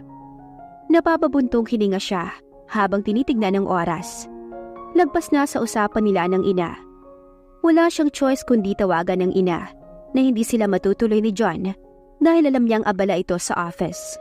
Sinabi na nito sa kanya kaninang hindi ito sigurado kung matutuloy sila, kaya nauunawaan niya ito. Han, anong oras ka uuwi? Sa muli ay nag-text na naman siya, pagkalipas ng 1 oras. Pasado 8:00 na ng gabi at nakakaramdam na siya ng gutom. Ayaw naman niyang kumain mag-isa dahil gusto niya itong kasabay. Sana man lang kahit mag-text ito sa kanya. Lumipas pa ang 1 oras at hindi na talaga niya natiis ang gutom. Lumabas na siya ng kwarto. Sakto namang pagbukas ng pinto sa sala at susuray-suray na pumasok ang asawa. Napaawang ang labi niya sa gulat. Buong akala niya ay busy ito sa office. Pero heto at lasing, ni hindi siya nagawang replyan. Pati ang dinner nila kasama ang parents niya ay noon siyami dahil lang naglasing ito. Hi Han, good evening. Bati ng nakangising lasing niyang asawa. Pilit nitong tinutuwid ang tayo kahit na hindi nito kaya. Naiinis siyang pinag-cross ng 2 braso sa harapan. Hindi siya natutuwa sa ginawa ng asawa. Bukod sa pinag-antay siya nito ay pinag-alala rin. Handa na sana niya itong pagalitan, pero dagli itong nakalapit sa kanya at niyakap siya. Saktong pagbukas ng mga labi ay tinuka siya nito. Malalim na paghalik ang ginawad sa kanya. I love you, Avioni. I love you very much. Matapos siyang halikan ay saad nito. So paano pa siya magagalit? Pagkatapos ito, ay lumungay-ngay na ang ulo sa kalapit na sofa. Tulog na ang lalaki. John, humanda ka sa akin bukas. Gigil na bulong ni Avioni. Kinabukasan, maagang bumangon si Adrian at sinamantalang tulog pa ang asawa. Naligo siya at nagbihis habang pinagmamasdan ang magandang babae sa ibabaw ng kama. Marahan siyang lumapit at kinintalan ito ng halik sa labi. I love you. Bulong ng isip niya. Alam niyang masama ang loob nito sa kanya kagabi dahil hindi natuloy ang dinner nila kasama ang magulang. Pero sinadya niyang hindi talaga iyon matuloy. Nag-iwan na lang siya ng note at sinabing may importante siyang aasikasuhin kaya maaga siyang umalis. Adrian? Kulat na tanong ng ninong Silvestre niya nang mapagbuksan siya nito ng pintuan. Dito kasi siya dumiretso. Nakilala kaagad siya nito kahit na may kambal siya. Alam nito ang pagkakakilanlan sa kanilang dalawa ni John. Halika, pasok. Pambihira, last time kitang nakita nung namatay ang dad mo. Kamusta iho? Inakbayan siya nito papasok sa loob ng bahay. Nagpahanda kaagad ito ng almusal sa isang maid. Nag-iisa lang sa buhay ang ninong Silvestre niya. May asawa dati pero dahil sugarol at lasinggero, ay iniwan ito ng asawa matapos magkabaon-baon sa utang. Pero dahil sa kanyang ama, ay muli itong nakaahon. Ngayon ay siya naman ang hihingi ng tulong. Hindi niya alam kung paano ipapaliwanag kay Avioni kung bakit nawala ang kumpanya ng ama sa kanyang kamay nang ganoon kabilis. Pero importante sa kanya ngayon ay magkaroon siya ng trabaho. Hindi naman nabigo si Adrian na lumapit sa kanyang ninong. Habang nag-aalmusal ay sinabi na lang na bumagsak ang kumpanya ng ama hanggang sa nalugi at tuluyan niyang ibinenta. Hindi na lamang idinawit ang pangalan ng tiyuhin. Baka lalong magkagulo. Isa pa, yun lang din ang pwede niyang sabihin kay Avioni. Sakaling magtanong ito. Dinala kaagad siya ng kanyang ninong sa paggawaan ng tela. Na siyang business nito ngayon na may 3 branch. Sa isang branch ay siya ang inatasang mag-manage. Tutal, ay bihasa siya when it comes to business. Kung may natutunan man siya sa ama, iyon ay pagdating sa negosyo. Nagpasalamat na lang siya rito at sinabing, balang araw, makakabawi rin siya. Hapon na nang makauwi si Adrian dahil inilibot siya ng kanyang ninong sa buong pabrika. Bukas ay magsisimula na siya sa bagong trabaho. Tumuloy siya sa bahay, pero wala pa ang asawa niya. Minabuting sunduin ito sa trabaho. May dala siyang bulaklak nang tunguhin niya ito sa office. Inisip niyang napakarami na niyang kasalanan sa babae. Marami na siyang inililihim dito at hindi niya alam kung hanggang kailan niya kayang itago ang tunay niyang pagkatao. Miss Nebrida, may gwapong naghahanap sa'yo sa baba. Si Hobby. Ay! Kinikilig si Analu nang kalabitin si Avioni sa tagiliran. Tulad niya ay accountant din ng babae. Ito ang kanyang pinaka-close dito sa opisina. Madaldal lang pero mabait. Ang pinagkaiba lang nila, hindi ito marunong makontento sa isang boyfriend. In short, playgirl. Napasimangot si Avioni sa narinig. Naiinis si Avioni sa asawa. ni ayaw niya itong makita muna. Lasing na ngang umuwi kagabi at nadatnan pa niyang wala sa kanyang tabi kaninang umaga. May note naman pero hindi sapat. Sabihin mo, busy ako. Asik niya. O sige, ikaw din. Sayang naman, may dalang flower. Saka ito pakending-kending na lumabas ng cubicle. Sinundan niya ito ng tingin kung bakit at biglang nagbago ang isip niya. Analu, wait lang. Tawag niya. Lumingon ito at inirapan siya. Naiiling na bumalik sa kanya. O ano, natakot kang sulutin ko ano? Sabay hagikik. Bukod sa bulaklak, ano pang dala niya? Masama pa rin sa loob niyang tanong. Ano pa? Di yung mahaba niyang palaging dala. Yun lang, wala na. Muli ay humagikik ito. Pinandilatan niya ito. Ikaw talaga, yung bibig mo? Tumayo siya para tunguhin ang asawa. Masama man ang loob niya, pero hindi ito kayang tiisin. Mahal niya si John, na tanging siya lang nakakaalam. Pagdating sa ground floor, nakita niya sa waiting area ang nakatalikod na asawa. Nakapamulsa ang isang kamay, at ang isa naman ay may bitbit na bulaklak, halatang may hinihintay. Nang makalapit ay tumikim siya upang agawin ang atensyon nito. Nakangiti namang humarap sa kanyang asawa. Naagad siyang niyakap bago walang paalam na humalik sa labi. I miss you, hon. Sabi pa nito at iniabot sa kanyang isang punpun ng bulaklak. Napilitan naman siyang tanggapin iyon matapos tignan ng masama ang asawa. Bahagya naman itong tumawa sa reaksyon niya. Sorry na, hon. May nangyari kasi. Promise, babawi ako. Saan nito? Bumuntong hininga si Avioni. Ano pa nga bang magagawa niya? Dapat talaga masanay na siya sa pagbabago ni John. Tanggapin na lang niyang ibang-iba ito sa dating John na nakilala niya. Kung sa 2 taon nilang magkasintahan, na hindi na pasama ang loob niya, ngayon ay mag-asawa na sila. Tama nga ang sinabi ng ilan, na saka mo pa makikilala ng lubusan ng isang tao kapag nagsama na kayo sa iisang bubong. Thank you sa flower. Sa huli ay sabi niya. Pero Han, naka-duty pa ako, hindi pwedeng magtagal. Mag-usap tayo mamaya sa bahay. Saka may paliwanag sa akin ang sinasabi mong nangyari, okay? Tinignan muna nito ang oras. Okay, hihintayin kita sa labas. Ngumiti ito at muli na naman siyang hinalikan sa labi. Tsaka itinaboy na siya pabalik sa kanyang trabaho. Wala na ang sama ng loob ni Avioni pagkabalik niya sa kanyang upuan dahil sa dala nitong flowers sa kanya at sa mainit na halik. Kahit madalas pa sa mainit dyan ang loob niya, ay nararamdaman niyang lalo niya lang itong minahal. Dahil mabilis namang bumawi ang lalaki. Paglabas niya sa trabaho, mataman lang itong naghihintay sa kanya. Nag-aya kaagad kumain sa labas habang pinapaliwanag nito kung bakit lasing na umuwi kagabi. Sinabi ng asawa na hindi nito matanggap ang pagkawala ng kumpanya ng ama. Nalugi ito at tuluyang binenta at dahil sa sama ng loob ay nagpakalasing kagabi ang kanyang asawa. Dahil dito nakadama siya ng konsensya. Sumama ang loob niya kay John sa halip na unawain ito sa pinagdadaan ng problema. Ba't kasi hindi mo sinabi sa akin kaagad? Ayaw ko na naglilihim ka sa akin, Han, dahil asawa mo ko. Kung mayroon mang unang makakaunawa sa'yo, dapat ako yun. Maramdaming saad ni Avioni matapos isalaysay ni Adrian ang kanyang kasinungalingan.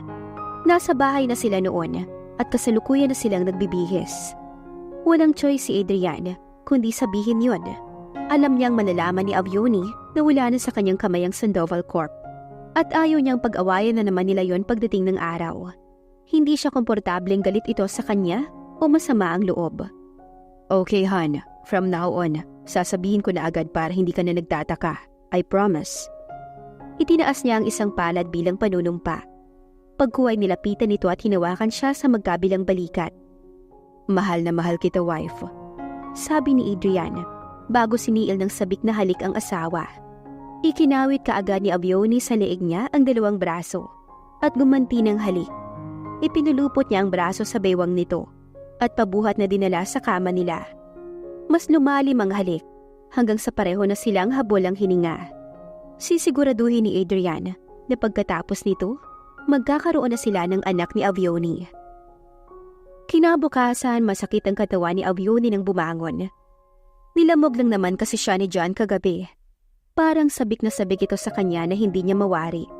Ganoon man ay napapangiti siya habang pinagmamasdan ng asawang tulog pa rin sa kanyang tabi. Kahit napagod siya ng husto ay masarap naman. Matagal niya itong tinitigan at nang magsawa ay nilapit niya ang mukha dito upang kintalan ito ng halik sa labi. One more? Hirit nitong bulong. Gising na pala ito at nagtutulog-tulugan lang. Napabalikwa siya ng bangon. Ano ka? Sinuswerte? Ang sakit na ng katawan ko kagabi, ihirit ka pa ng isa. Natatawa niyang saad. Bago siya makababa sa kama, ay mabilis nitong pinulupot ang braso sa kanyang bewang. Sa lakas ng asawa, ay agad siyang naihiga sa kama at agad siyang naipailalim. Dahan-dahan lang naman. Promise, hindi na masakit. Mapunod yung saad nito habang nakangiti. Umayos ka dyan, nakaka. Pinutol nito ang sasabihin niya ng isang malalim na halik, kaya tanging ungol na lang ang lumabas sa kanyang lalamunan. At dahil kapo sila nakatulog ng walang kahit na anong sapin sa katawan, ay malayang nadama ng asawa ang masiselang parte niya na mabilis nagpahina sa kanya. Binalot siya ng matinding init sa katawan at bigla ay nasabik na naman siyang madama ang pagmamahal ng asawa. Wow! Blooming ah! Aminin mo, nadiligan ka no? Puna kaagad sa kanya ni Analu. Pareho silang nasa pantry at nagtitimpla ng kape. Hindi niya maiwasang mapangiti. Naaalala niya kasi ang matatamis na halik ni John. Porke blooming na diligan, hindi ba pwedeng blooming na ako noon pa? Tugon niya. Iba yung pinkish ng mukha mo ngayon. Saka yung mga ngiti mo, alam ko na yan. Siniko siya nito. Di mag-asawa ka na rin para may dilig ka sa gabi. Pinatulan niya na ito. Bumunghalit naman ng tawa si Anilu. Kitaps, inamin din. Nagpahabol pa ang bruha sa kanya. Si Avioni naman ay sinusundan nito ng tingin habang tumatawa. Basta lang, masaya siya ngayon, ni hindi niya ma-explain. Napakarami diyang nag-aasawa na hindi masaya. Pero siya, nasa kanya na ang lahat. Bukod doon, ay mahal na mahal siya. Ilang sandali pa'y tinungo na rin niya ang kanyang cubicle upang magsimula ng magtrabaho. Ibang schedule nilang mag-asawa sa umaga. Kaya sa hapon, sinusundo siya ng sinusundo ni John. Pero dahil unang araw daw nito sa ninong, ay hindi siya masusundo at gagabihin nito ng uwi. Kaya sinamantala niyang madalaw ang parents niya, matapos tawagan ng asawa na nasa trabaho pa. Dumaan na rin siya sa grocery upang may bitbit pa uwi. Bakit ikaw lang anak?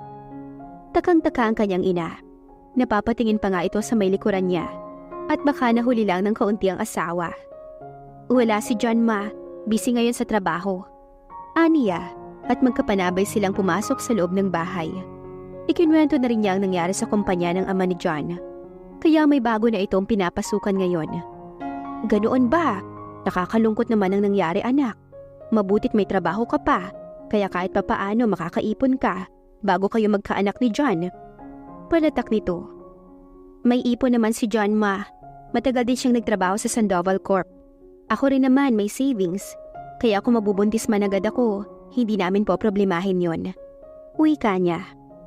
Ano man ang mangyari anak, nandito lang kami ng papa mo. Hindi namin kayo titiisin, lalo na pagdating sa aming apo. Tugon nito. Wala pa ma, kayo naman. Tinawanan niya ito. Kung sakali lang naman. Ito naman ay natawa din. Maiba ko anak. Total ay hindi natuloy ang dinner natin nung nakaraan. Mabuti pa, ipagluto ko na lang kayo ni John ng ulam. Dalhan mo na lang siya. Masayang dagdag nito. Sige ma, tsak matutuwa si John. Tutulungan ko na rin po kayo magluto para makauwi ako ng maaga. Sabay na silang nagtungo sa kusina habang patuloy sa pagkukwentuhan. Wala pa noon ang kanyang ama. Marahil ay nasa trabaho pa. Pasado 7:00 na siya nakauwi, pero wala pa rin si John. Naisipan na itong tawagan ni Avioni. Sorry Han, kailangan ko kasi mag-overtime. Mauna ka nang kumain. Bukas ng umaga, sabay tayo, promise. Ani dyan sa asawa, nang malaman nagdala ito ng ulam na pinakaayaw niya mula sa biyanan. Sayang naman tong ulam, Han. Nag-effort pa naman kami ni Mama magluto. Tila nagtatampo naman ang boses ni Avioni. Ilagay mo na lang sa ref. Suwestyon niya. Sumuko na lang ang asawa. hanggang sa sinabi nitong sila na lang ni Manang Norma ang kakain ng nilutong ulam ng biyanan, bagay na sinang-ayunan niya kaagad. Sa paglipas ng araw at mga buwan, naging maayos naman ang pagsasama ng mag-asawa hanggang sa tuluyang magbunga ang pagmamahala nila. Walang mapagsidla ng saya ng dalawa na agad ipinamalita ni Avioni sa kanyang mga katrabaho at sa kanyang mga magulang.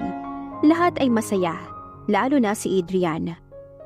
Han, makakabuti siguro kung huminto ka na lang sa trabaho. Pag-aalala ni Adrian isang araw nang maabutan ng asawang nagsusuka sa loob ng banyo. Pansin niya sa isang buwang paglilihi nito, walang ganang kumain si Avioni, kaya bumagsak na ang katawan ng asawa. Okay lang Han, natural lang to diba, sabi ng doktor. Matapos magsuka ni Avioni, ay nanghihina itong umupo sa gilid ng kanilang kama. Si Adrian naman ay naalalayan ng asawang umupo. Halos araw-araw itong tila may dinaramdam. Hiniling niya na sana'y magkaanak na sila, pero hindi niya akalaing magsasakripisyo pala ang asawa niya. Guilty na naman si Adrian sa nakikitang ayos ni Avioni. May trabaho naman ako. Isa pa, may ipon na tayo. Pwede ba makinig ka naman sa akin? Nag-aalala si Adrian habang pinupunasan ng bimbo ang basang mukha ni Avioni. Ngumiti ang babae habang nakatitig sa kanya. What? Naguguluhang tanong ni Adrian. Hindi kasi ito sumagot. Bagkus ay nakatitig lang na para bang namamalikmata. Dahil dyan, lalo kitang minahalhan. Salamat kasi nauunawaan mo ko. Sana hindi ka magbago sa akin, na kahit hindi na ako sexy at maganda, para sa'yo ako pa rin at ako lang mahal mo. Maramdaming saad ni Avioni sa asawa bago yumakap ng mahigpit. Si Adrian naman ay mahigpit ding niyakap si Avioni. Sana lang din kapag nalaman mo ang totoong ako si Adrian, ay hindi mo ko kasuklaman dahil hindi ko na kayang mawala pa kayo ng anak ko. Bulong ng isipan ni Adrian. Mommy! Excited si Jason na sinalubong ang inang si Avioni. Yumakap ang bata at halatang miss na miss ang ina. Umiiyak pa ito habang sinasabi ang mga nangyari sa loob ng classroom. First day ni Jason sa school, ngayon bilang visitors. 3 taon pa lamang ito, pero nais niyang masanay ang anak. At dahil unang araw, hindi lang si Jason ang umiiyak sa classroom, maging ang mga kaklase nito. Mabait naman si Teacher Trina, di ba? Pretty pa. Wika niya habang buhat-buhat ang anak patungo sa kotseng nakaparada kung saan naghihintay si John. Yes, Mommy. Pero miss ko kayo ni Daddy. Ayoko na po mag-school bukas. Panayang singhot nito at kusot ng isang mata. Saktong narinig iyon ng ama, kaya nag-react ito. Kinuha sa kanya si Jason at hinalikan sa pisngi bago inalo sa pagbahagyang pag-iyak. Tulad kanina, nagsusumbong din ito sa ama. Napapangiti na lang si Avioni habang naririnig kung paano pinapaliwanag ni John sa anak nila na kailangan itong mag-school dahil kung hindi ay hindi ito magiging doktor balang araw. Dahil nga pangarap ni Jason maging doktor. Mabilis namang nakaunawa ang anak nila, kaya agad itong tumahan at nag-promise na papasok bukas sa school. Saka sila nagpalitan ng matamis ng ngiting mag-asawa. Parang kailan lang nang ipagbuntis niya ito. Ngayon ay 3 taon na ang first baby nila ni John. At ngayon pa lang ay hindi na niya kayang ipaliwanag ang saya para sa achievements nito. Dahil nga kay Jazz, pakiramdam ni Avioni ay mas lalong naging matibay ang pagsasama nilang dalawa ng asawa. At sa totoo lang, ay tinanggap na niya ang mga pagbabago mula kay John. Ang pag-inom nito ng alak na nalimitahan na dahil kay Jason, at ang paninigarilyo nito na hindi naman madalas mangyari. Minsan lang kapag bored o gustong ma-relieve ang stress sa work. Hindi naman siya nagsaselo sa bisyo ni John dahil may sapat namang oras sa kanya at sa kanilang anak. Kapag lasing nga ang asawa, ay natutulog na lamang ito at mas malambing sa kanya. Sa paninigarilyo naman ni John, ay usapan nilang sa labas ng bahay gagawin at sinusunod naman iyon ng asawa. Pero simula na magkaanak sila, ay nahinto ang lahat ng bisyo nito dahil hindi maganda sa bata ang makalanghap ng sigarilyo. Isinilang niya kasi itong mahina ang baga at 6 na buwan pa lamang ito nang isugod nila sa ospital dahil sa pneumonia. Mabilis itong dapuan ng sipon, ubo kapag nakakalanghap ng alikabok. Naiinitan, sobrang pagod at kung ano-ano pa. Nahihirapan itong huminga kapag inaatake ng asthma. Kaya ingat na ingat silang mag-asawa pagdating sa kalusugan ng kanilang anak. Rason upang tuluyang iwanan ni John ang kung anumang mga bisyo. At bukod sa trabaho, iyang anak na lang nila ang binibigyan nito ng oras. Saan mo gustong mag-lunch? Tanong ni Adrian sa anak matapos itong tumahan. Nag-iisip itong tumingala, kaya napasulyap siya sa nakangiting asawa. Sa Greenwich, Daddy? Saad dito? Alright, let's go. Saad naman ni Adrian. Tipong nasiyahan naman si Jason at agad pumalakpak at nagmamadaling sumakay ng kotse. Nagkatinginan na muli ang mag-asawa bago natatawa ang inalalayan ni Adrian ng asawa pasakay ng kotse. At ang masayang tagpong iyon ng pamilya ni Adrian ay kitang-kita ni John sa di kalayuan kung saan nakaparada ang tinted nitong sasakyan. Isang buwan na siya nakabalik galing US at si Avionica agad ang pinuntahan niya para ma-disappoint dahil hindi niya alam na makatotohanan ng ginawang pagpapanggap ni Adrian sa babaeng mahal. Dahil inggit ang namamayana sa kanya ngayon dahil sa ilang taon nila ni Mercy ay hindi naman sila biniyaan ng isang anak kaya nagpasya siyang hiwalayan ng babae. Hindi na siya masaya kay Mercy kaya nais niyang balikan ng asawa. Babawiin niya ito kay Adrian dahil alam niyang magpasa hanggang ngayon siya at si Avioni ay may isa ng supling. Kung hindi niya iniwan noon si Avioni, marahil ay anak nila ngayon si Jason. Siguro naman sapat na ang ilang taong ibinigay niya kay Adrian para makasama ang babaeng minahal niya. Oras na para bawiin niya si Avioni at mag-aantay siya ng magandang pagkakataon para gawin ang kanyang plano. Naghintay pa si John ng 1 linggo at itataon niya sa anniversary ng mag-asawa ang biglaang pagsulpot niya sa harapan ng dalawa. Yung magugulat si Avioni. Nagbihis siya ng maayos, saka tinungo ang sasakyan at ngayon patungo na siya sa mansyon. I'm home, hon. Sa pinto pa lang ay masayang sigaw ni Adrian.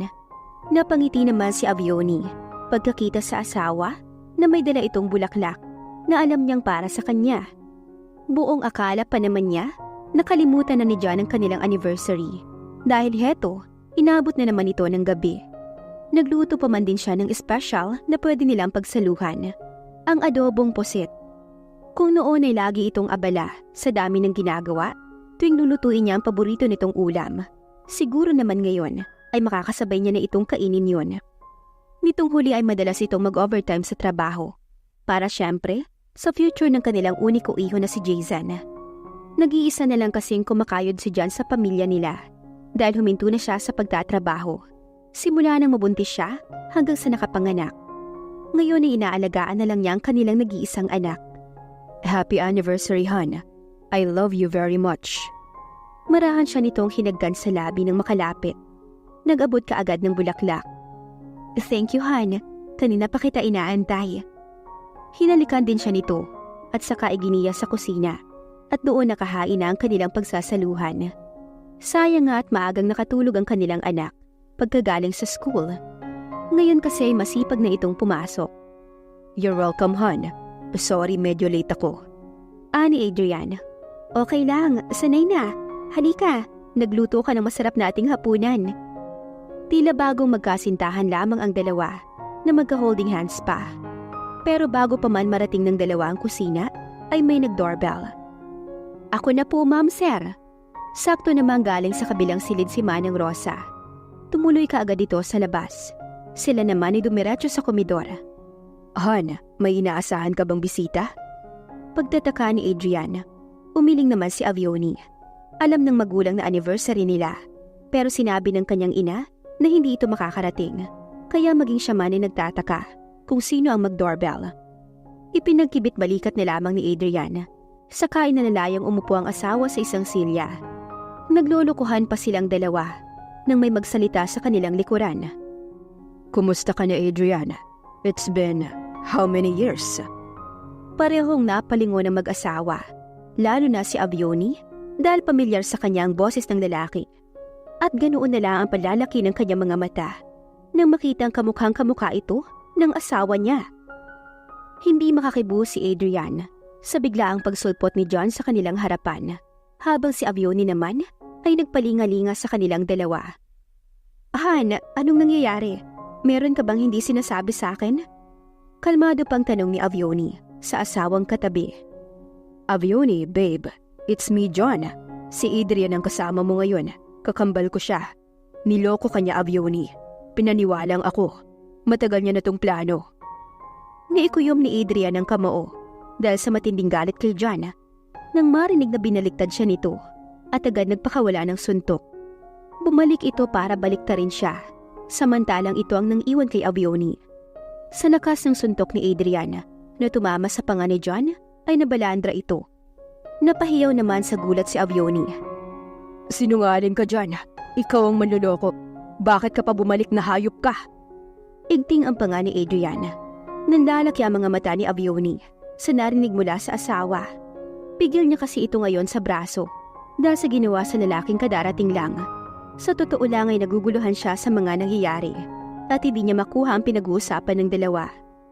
Han, magpapaliwanag ako. Hinawakan siya ng asawa sa kabilang balikat at tinitigan ng nagmamakaawa ang mga mata nito. Babe, huwag kang makinig sa kanya. Ako si John. Patutunayan kong ako to. Naalala mo nung sinagot mo ko? Binigyan kita ng regalong bracelet. Pero naiwala mo nung naligo tayo sa Subic. Yung pinipilit ako ni Nina Remy uminom ng alak. Kahit isa lang, pero hindi pwede. Dahil allergic ako sa alcohol. 2 years, babe. 2 years ang sinayang mo dahil pinagpalit mo siya kay Mercy. Marami akong patunay dyan na manloloko ka. Putol ni Adrian sa iba pang sasabihin ng kakambal. Babe, wala akong sinamahang babae. Maniwala ka, ikaw lang ang mahal ko. Naalala mo ba yung plano kong mag-aral sa ibang bansa? Tinupad ko lang yun, babe, kaya ako umalis. Singit naman ni John. Litong-lito na si Avioni sa pagtatalo ng dalawa. Hindi niya na alam kung sino si John sa mga ito. Unang-una, hindi niya alam na may kakambal si John. Wala itong sinasabi. Pero nang ma-realize niya ang pagkakaiba ni John at ng lalaking nakasama ng 4 na taon, ay nalinawan siya. Parang tinarak ang puso niyang napatingin sa gawin ni John. Kung ganon, all these years, niloloko niyo ako pareho? Puno ng hinanakit niyang tanong. Gusto niyang supili ng luha pero kusang bumagsak iyon. Han, magpapaliwanag ako. Ani Adrian. Marahang humarap si Avioni sa lalaki. Kaya pala ang dami kong tanong sa nakikitang pagbabago sa'yo. Dahil hindi ka si John, naakala ko sa buong. Mahal kita, Han. I swear to God. Malakas na sampalang ginawad ni Avioni kay Adrian para mahinto ito sa pagsasalita. Napangisi naman si John sa madramang eksena ng dalawa. Pagmamahal bang matatawag yun? Niloko mo ko ng halos 4 na taon. Marami kang pagkakataon para sabihin sa akin ang totoo. Pero hinayaan mo akong maniwalang ikaw si John. Sinaktan mo ko. Hindi kita mapapatawad. How dare you? Pagkuway tumalikod ito, pero humabol si Adrian sa asawa. Naiwang nakangiti si John sa may sala. Ngayong galit na si Avioni kay Adrian, madali na para sa kanyang balikan ito.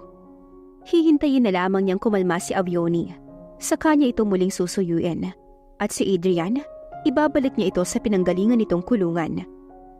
Han, mag-usap tayo, please. Sa kwarto na abutan ni Adrian ang asawa, na agad nagsilid ng gamit sa bag. Hindi kumibo si Avioni. Galit siya kay Adrian na inakala niyang si John sa loob ng 4 na taon. Pero binawi nito ang hawak niyang maleta at inihagis palayo sa kanya. Oo, aminin kong hindi ko sinabi ang totoong ako dahil ayaw ko masaktan ka.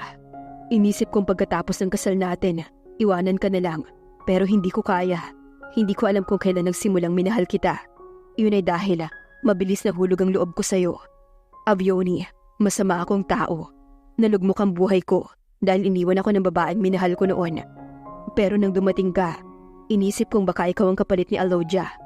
Alam mo bang galing ako sa kulungan at nilabas lang ako ni John para magpanggap na siya. Mahabang paliwanag ni Adrian. Tama na! Please, tama na, Adrian! Hinam ang luha ni Avioni nung humarap sa lalaki. At ito ang pagkakataong ayaw niyang mangyari. Ang dumating ang araw na masasaktan niya ang babaeng mahal niya kapag nalaman nito ang totoo. Sana nga iniwan mo na lang ako noon kaysa paniwalain mo ko sa mga kasinungalingan mo. Alam mo ba, sa tuwing kahalikan mo ko, Sa tuwing aangkinin mo ko, si John ang nasa isip ko at hindi ikaw. Kaya paano mo naatim na lokohin ako? Hanggang sa napahagulhol na si Avioni. Mabilis na kinabig ni Adrian ang asawa para yakapin, pero pinagsasampal siya nito. Binayo ang kanyang dibdib hanggang sa napagod ang babae. Lahat ng galit ni Avioni ay tatanggapin niya. Huwag lamang siyang iwan. Mahal na mahal niya ito, maging ang kanyang anak. Nang kumalma ang babae, ay nagsalita ito. Hayaan mo muna ako, Adrian. Gusto ko lang mag-isip. Kung totoong mahal mo ko, ibibigay mo ang gusto ko. Hindi ikaw ang lalaking mahal ko, kundi si John.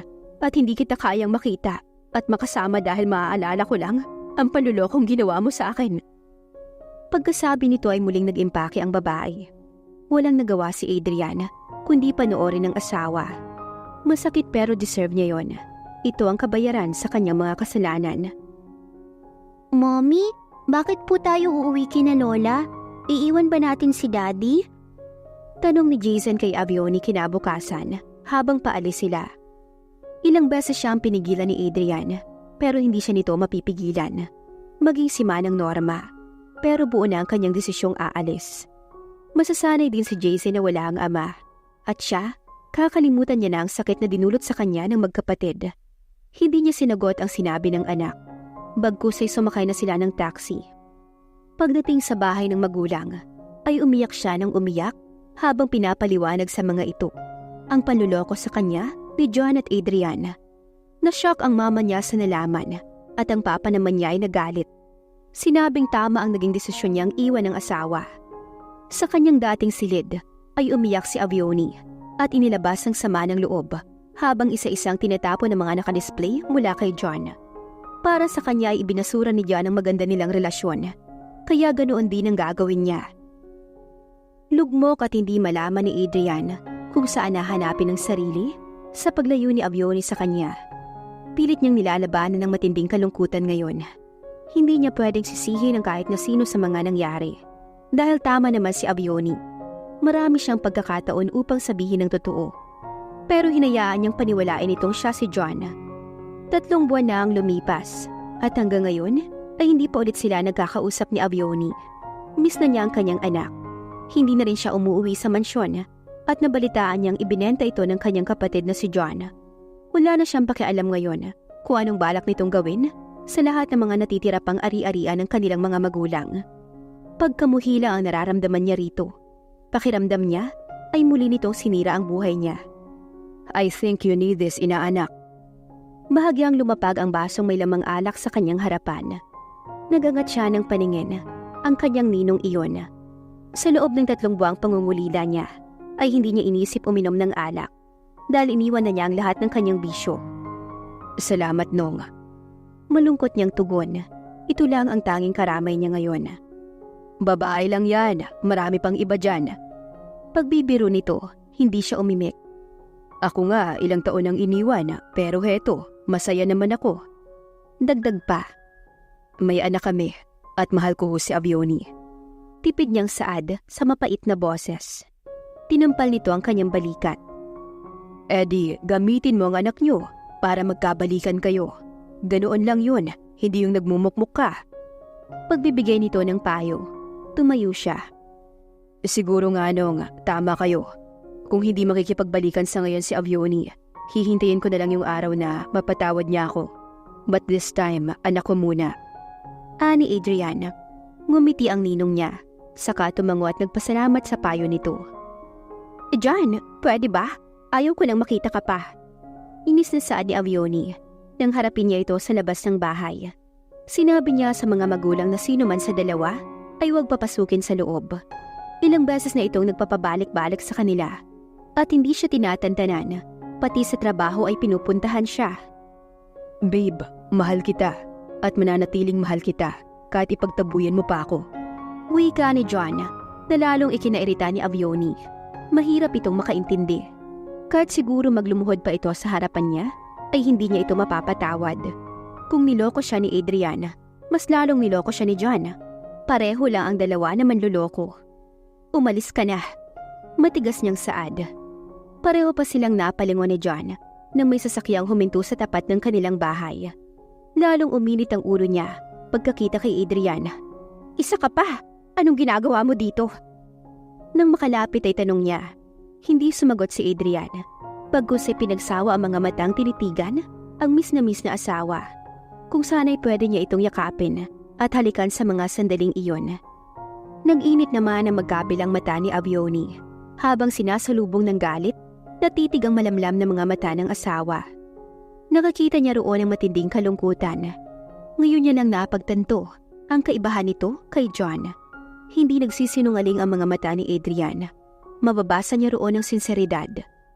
Ano pa bang ginagawa mo dito, Adrian? Pwede ba? Umalis ka na. Dinig niyang asikti dyan sa lalaki. Bakit? Tingin mo ba hahayaan kong makuha mo si Avioni?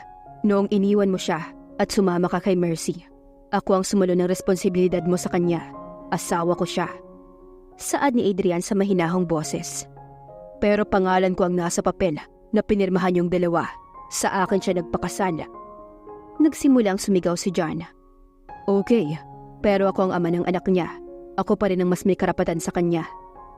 Sa sinabi ni Adrian ay naumit si John.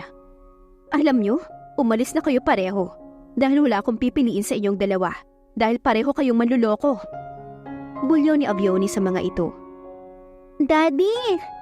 Naputo lang ang usapan ng tatlo matapos masayang sumigaw si Jason na kahit na magkamukha sina John at Adrian ay hindi ito nalito sa dalawang lalaki. Masaya itong yumakap sa ama at nagpakarga. Anak, namiss ka ni Daddy. Mahigpit na yakap ang ginawad niya kay Jason. Daddy, wag mo na kami iwan ni Mommy. Lagi siyang malungkot. Nakita ko po siyang umiiyak. Please stay, Daddy. Nahihirapang humingang saad nito. Nagkatinginan sila Avioni nang maramdamang hindi maganda ang lagay ni Jason. May naririnig siyang tunog sa paghinga nito. At kasunod nga noon ay pamaya-mayang malalang ubo na sumasabay sa pag-iyak ng bata.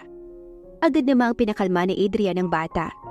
Habang karga ni Adrian ang anak, ay nakita ni John ang malaking advantage ni Adrian sa kanya. Malaki ang chance na magkaayos ang dalawa. Kung gagamitin ito ang anak niya, kailangan niya magplano para ilayo si Avioni at Jason kay Adrian. Hindi siya papayag na magkakabalikan ng dalawa. Siya ang kikilalaning ama ni Jason at maninirahan silang masaya sa malayo. Aayusin niyang muli ang tiwala ni Avioni na nasira. Pero ngayon, hahayaan niyang munang magkasama ang mga ito. Matapos patahanin ni Adrian ang anak, ay nakatulog na ito. Tahimik si Avioni nang sulyapan niya ang kanyang katabi. Naawa ko kay Jason kaya pinatuloy kita, pero hindi ibig sabihin nun, pwede ka nang matulog dito. Inisasaad ni Avioni. Tumikim si Adrian.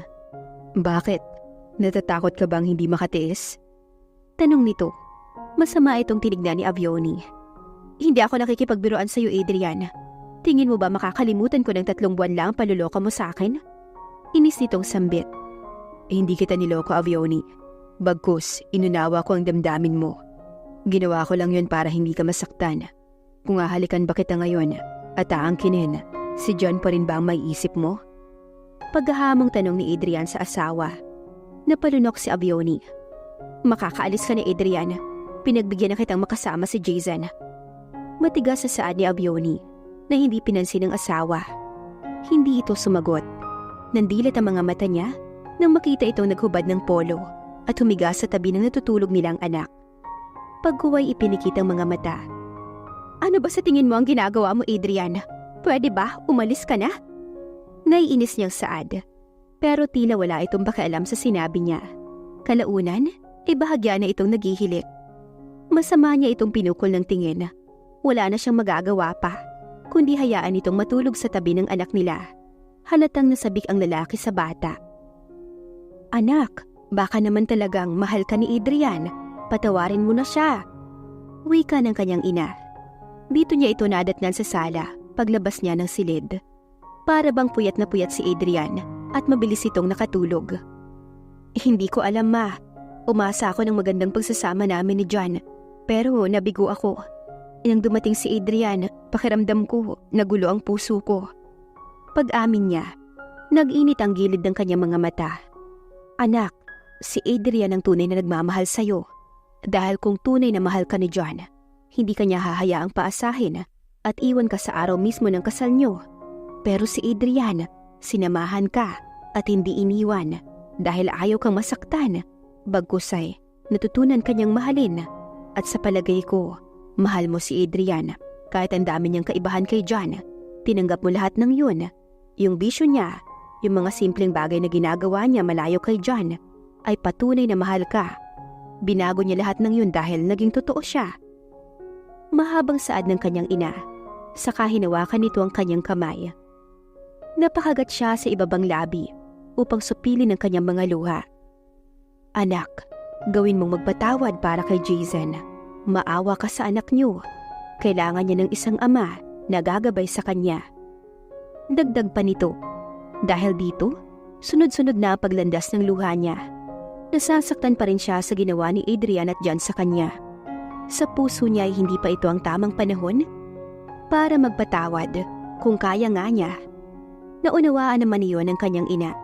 Masakit talaga ang ginawa sa kanya ng dalawa dahil pakiramdam niya para siyang bagay na pinaglaruan, pinagpasahan. Nawala na siya ng tiwala kahit pa kay Adrian. Siguro panahon na lang makapagsasabi kung kailan niya mapapatawad ang asawa. Pagbalik sa kwarto, mahimbing na natutulog ang kanyang mag-ama. Nakayakap ang braso ni Adrian kay Jason. Ganoon din ang bata na nakatanday pa ang hita sa ama nito at bahagya pang nakaawang ang mga labi.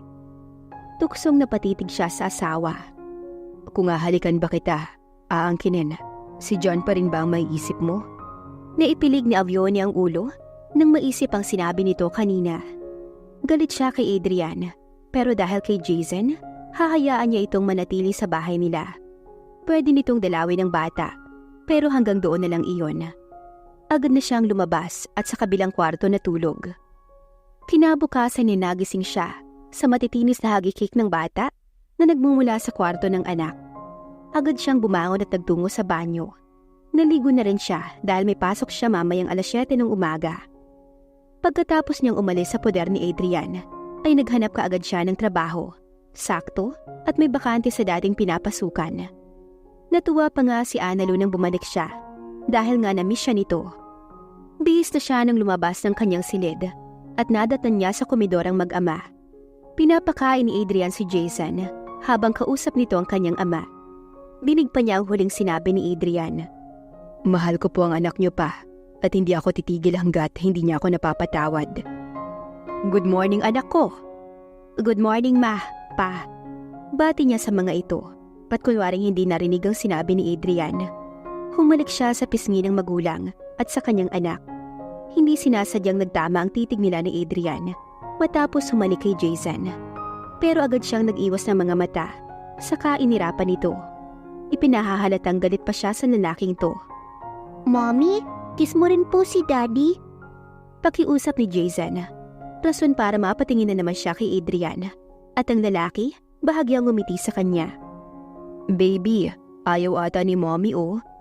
Kunwari ay masama ang loob ni Adrian. Nagkatinginan ng mga magulang niya na naroon din sa kusina bago nagpalitan ng ngiti. Naiinis siya kay Adrian dahil tila ginagamit ang anak nila. Sa muli ay masama niya itong tinignan. Sige na Mommy, isa lang. Pakiusap na muli ni Jason.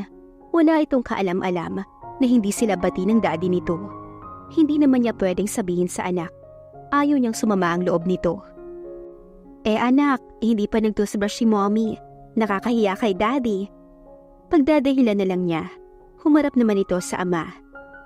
Daddy, ikaw na lang po mag-kiss kay Mommy? Nahihiya po siya. Ang sabi naman ni Jason. Gustong tumaas ng presyon niya nang walang dalawang salita si Jason at tumayo kaagad si Adrian mula sa kinauupuan. May warning niya itong tinignan, pero tila nakangiti pa ang lalaki bago dumukwang para halikan siya sa pisngi. Sa maliit na bagay na yon, ay tila ba nabigyan nila ng 1,000 saya ang kanilang anak. Pumapalakpak ito kasabay nagtatalon sa tuwa, habang siya ay naghihimagsik ang kalooban.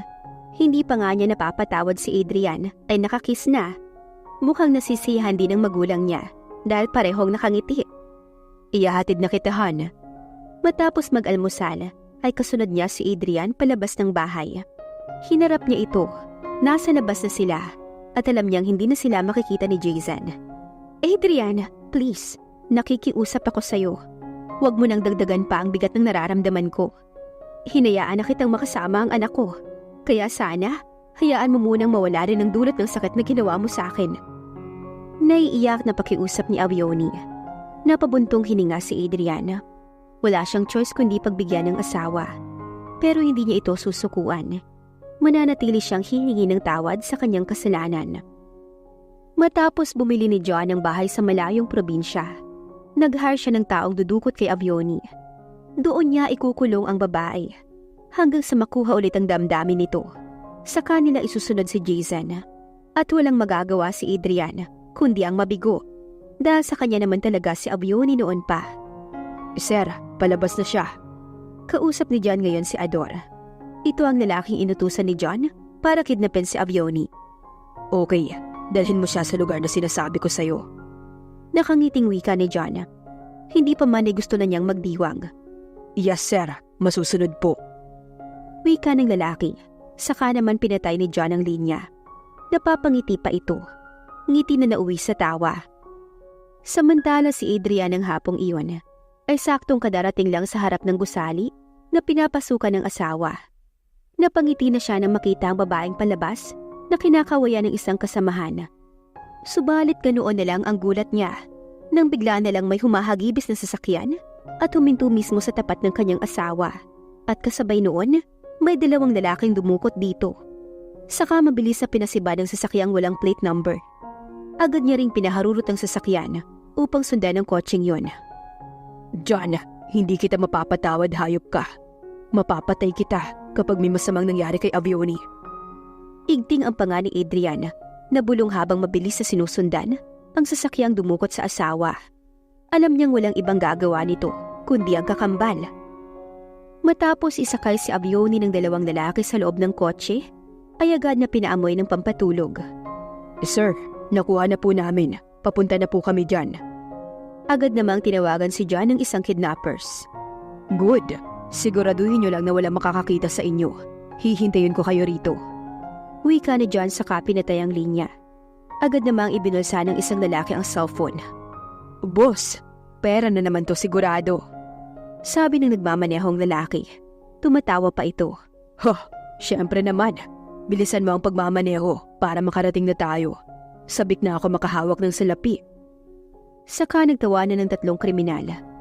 Samantalang si Adrian ay mas lalo pang binilisan ang pagpapatakbo ng sasakyan habang ang isang kamay ay nasa manibela, habang ang isa naman ay kinakapa ang kanyang earphone. Kanina ay nagpadala na siya ng messages sa asawa. Tumawag na rin siya ng pulis para may backup at may makakatulong sa kanila ni Avioni. Pansin niyang palabas ng Maynila ang takbo ng sasakyang sinusundan at 2 oras pa ang tinagal bago huminto ang kotse sa isang mataas na gate. Gabi na iyon, pasado 8:00 na. Agad na bumukas ang pinto at pumasok ang sasakyan kung saan lula ng kanyang asawa. Hinintay muna ni Adrian na dumating ang mga tinawagang pulis. Kinuhanan pa siya ng statement ukol sa 3 kidnappers at nakilala kaagad ng isang pulis ang grupo ni Ador. Natakas nga daw sa kulungan at pinaghahanap ngayon. Totoong kriminal nga raw ang mga ito, kaya nakulong, pero tumakas at nagpapalit-palit ng identity. Magkagayon pa man, kilala na ito ng mga kapulisan, kaso madulas at hindi napipirmi sa isang lugar. At ngayon, sisiguraduhin ng mga ito na mahuhuli na ang mga ito. Kalaunan ay naghanap na ng paraan ng 2 pulis upang makapasok sa loob ng bahay, habang si Adrian ay umikot sa likuran at sinikap na makapasok sa likod. Ginamitan lamang nito ng wire ang pinto upang mabuksan. Samantala sa loob ng isang silid ay unti-unting nagmulat ng mga mata si Avioni. Napabalikwa siya ng bangon pagkakita sa di pamilyar na silid at agad na alala ang nangyari kanina. May dumukot nga pala sa kanya. Mabuti naman at gising ka na, babe. Kanina pa kita inaantay. Maramdaming saad ni John. Nanlaki pa ang mga mata ni Avioni pagkakita kay John. Napasiksik ito sa kama dahil sa takot. Ikaw ang nagpadukot sa akin? Disappointed na tanong ni Avioni sa lalaki. Marahang lumapit si John kay Avioni, pero umiwas ito at takot na takot. Babe, hindi kita sasaktan. Kaya kita dinala rito para ayusin ang lahat sa atin. Yung malayo kay Adrian, yung hindi na niya tayo magugulo. Paliwanag ni John. Umiling-iling si Avioni at galit na pinukol ng tingin ng lalaki. Sa tingin mo ba, matapos mo akong ipakidnap, mamahalin pa ulit kita dyan? Dinagdagan mo ng lalo ang galit na nararamdaman ko sa'yo. Niloko mo ko, pinaasa ng maraming taon. Alam mo kung anong nasa puso ko, tanging galit na lang. Sigaw ni Avioni na galit na galit. Nainis si John. Bakit? Dahil kay Adrian? Inis nitong tanong. Paghuway tumawa. Oh, alam mo bang isa siyang kriminal? Hindi siya nababagay sa'yo. Ako lang ang pwede mong mahalin, Avioni. Nanlisik ang mga mata ng lalaki. Saka nilapitan si Avioni at pilit kinabig at nais halikan. Pero nagkaroon ng pagkakataon si Avioni na sipain ng lalaki. Hindi niya na naising mahawakan ni dulo ng daliri nito. Saka siya patakbong tinungo ang pinto. Subalit nangilala siya nang mapag-alamang nakasarado iyon. Mas lalong nakadama ng takot ang babae na kinalampag ang pinto. Saklolo! Tarantang sigaw ni Avioni, lalo na nang malingunan si John sa kanyang likuran. Naalarma naman si Adrian nang marinig ang sigaw mula sa taas ng silid. Nagmamadali siyang tumakbo sa taas. Pero may humarang sa kanyang malaking lalaki at nakipagbuno pa sa kanya. Tunang! Muli ay sigaw ni Avioni habang nakikipaglaban si Adrian sa isang lalaki sa baba. Hindi pa noon nakakapasok ang mga pulis. Maaaring nahirapan dahil sarado. Nahirapan siyang patulugin ito dahil napakalaking tao. Sa kangit-ngit na nagpatuloy sa taas si Adrian. Akin ka lang, Avioni. Ako lang ang mahal mo, hindi ba? Tila nababaliw na saad ni John nang makorner sa pinto si Avioni. Hinawakan ito ng lalaki sa braso at ibanilibag sa ibabaw ng kama. Habang nasisiyahan si John na makita sa ganoong ayos si Avioni. Si Avioni naman ay takot na takot dahil nakaubabaw na ngayon sa kanyang lalaki. Hindi siya makakilos. Hayop ka dyan! Ang sama mo! Pagsisisihan mong ginawa mo sa akin to. Hindi kita mapapatawad. Don't worry. Magugustuhan mo naman ang gagawin ko sa iyo, Avioni. At pagkatapos nito, mapapatawad mo na ako. Huh. Wika pa ng lalaki na nakangisi habang pinapakialaman nito ang suot. Pero malakas na bumukas ang pinto at galit na mukha ni Adrian ang tumambad sa kanila. Pagkakita sa asawa, ay nabawasan ng takot na naramdaman ni Avioni. Adrian, tulungan mo ako! Pagmamakaawa ni Avioni, nagngit-ngit na inilang hakbang ni Adrian ang pagitan ng pinto at kama na kinahihigaan niya. Saka walang sabi-sabing inalayo sa kanya si John at binigyan ng magkakasunod na suntok sa panga. Ni hindi man lang nakapiyok ang lalaki. Kundi nga lang ay dumating ang dalawang pulis, ay baka hindi ito tinigilan ni Adrian hanggat hindi nawawala ng malay. Hingal na hingal si Adrian habang siya ay nagmamadaling inayos ang sarili. Sir, sumama ka sa amin ng maayos sa presinto. Panagutan mo ang pagkidnap mo kay Avioni. Uwi ka ng isang pulis. Hindi niyo ako pwedeng ikulong. Wala akong kasalanan. Nagmamahalan kami ni Avioni. Maniwala kayo sa akin. Palahaw ni John habang nilalagyan ng posas ang kamay. Minsan pa nga itong nanlaban at sinuntok ng isang pulis. Mabutit na kaiwas ito. Maging ang mga kidnappers ay nahuli rin at sabay-sabay na dinala ng mga pulis sakay ng patrol. Avioni! Mahal na mahal kita! Avioni! Palahaw ni John habang papaalis na ang sasakyan. Napabuntong hininga na lang si Avioni bago humakbang palapit kay Adrian. Tumikhim siya para agawin ang atensyon nito. Salamat, Adrian. Hindi niya mapigilang mapayakap sa asawa. Takot na takot siya kanina kay John nang pagtangkaan siya nito. Hindi niya alam ang gagawin. Tumulo ang luha niya nang maramdamang hinaplos nito ang buhok niya at marahang hinagod ang kanyang likod. Pangako, poprotektahan kita sa lahat ng oras. Nandito lang ako palagi sa tabi mo. Wika nito. Bahagyang lumayo sa kanya at pinahid ang kanyang mga luha. Sa ginawa ni Adrian ay pakiramdam ni Avioni, naglaho lahat ng hinanakit niya rito. Marahan na siyang isinakay nito sa kotse, kinabitan ng seatbelt at nagsimula ng magmaneho. Sinabi ng lalaki na hindi na niya kailangan pang magtrabaho. Wala namang nahalata ang kanyang mga magulang sa nangyari dahil kasama niya si Adrian at tiwala ang mga ito sa lalaki. Inanyayahan pa nga ito ng mama niya na maghapunan at nagpaunlak ito kaya sabay silang kumain. Pagkatapos ay hinalikan lamang nito ang natutulog nilang anak, saka nagpaalam sa kanya. Malalim na ang gabi ay hindi pa rin dalawin ng antok si Abioni. Iniisip niya ang asawa. Iniisip niya kung paano kung hindi ito dumating kanina at nagtagumpay si John. Dama pa niya ang takot magpasa hanggang ngayon sa puso niya. Dahil hindi dalawin ng antok, kinuha niya ang cellphone. Sa kanya nang napag-alaman na napakaraming messages ni Adrian sa kanya kanina. Han, huwag kang matakot. Nakasunod ako sa'yo. Han, kahit anong mangyari, asahan mong darating ako. Hindi kita pababayaan. Nasapo niya ang bibigat na pahikbi. Katabi niya kasi ang kanyang anak. Nag-aalala siyang baka magising ito sa pag-iyak niya. Natouch siya kay Adrian. Siguro nga ay tama ang mama niya. Kung may totoong nagmamahal sa kanya, walang iba iyon kundi si Adrian. Siguro ay oras na para patawarin niya ang asawa. Dahil sa totoo lang ay kailangan niya ito ng kanilang anak. Matapos ang hearing ni John, ay tuluyan itong nakasuhan at nakulong dahil sa salang pagkidnap kay Abioni at sa pagtatangka sa babaeng mahal niya. Ang kapal ng mukha mo, Adrian. Sarili mong kapatid pinakulong mo. Anong klaseng tao ka? Dahil lang sa isang babae.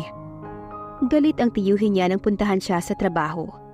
Alam niyang humingi ng tulong si John sa tiyuhin at sinuportahan naman ito ng lalaki. At ito pa nga ang kumuha ng abogado para kay John. Pero matapos kami ng tiyuhin niya ang kayamanan ng ama, ay nawala na rin siya ng amor dito. Sa ngayon, ay may sarili na siyang tahanan na ipinatayo sa sariling pagsisikap. At syempre, sa tulong ng ninong Silvestre niya. Mabuti pa nga ito na hindi niya kadugo, ay naramdaman niya ang totoong malasakit sa kanya. Ang nasa itaas na lamang ang bahalang sumingil sa kasalanan ng tito niya na mukhang pera. Bumuntong hininga siya saka tinitigan ito ng mariin. Kung wala na po kayong ibang sasabihin, makakaalis na kayo.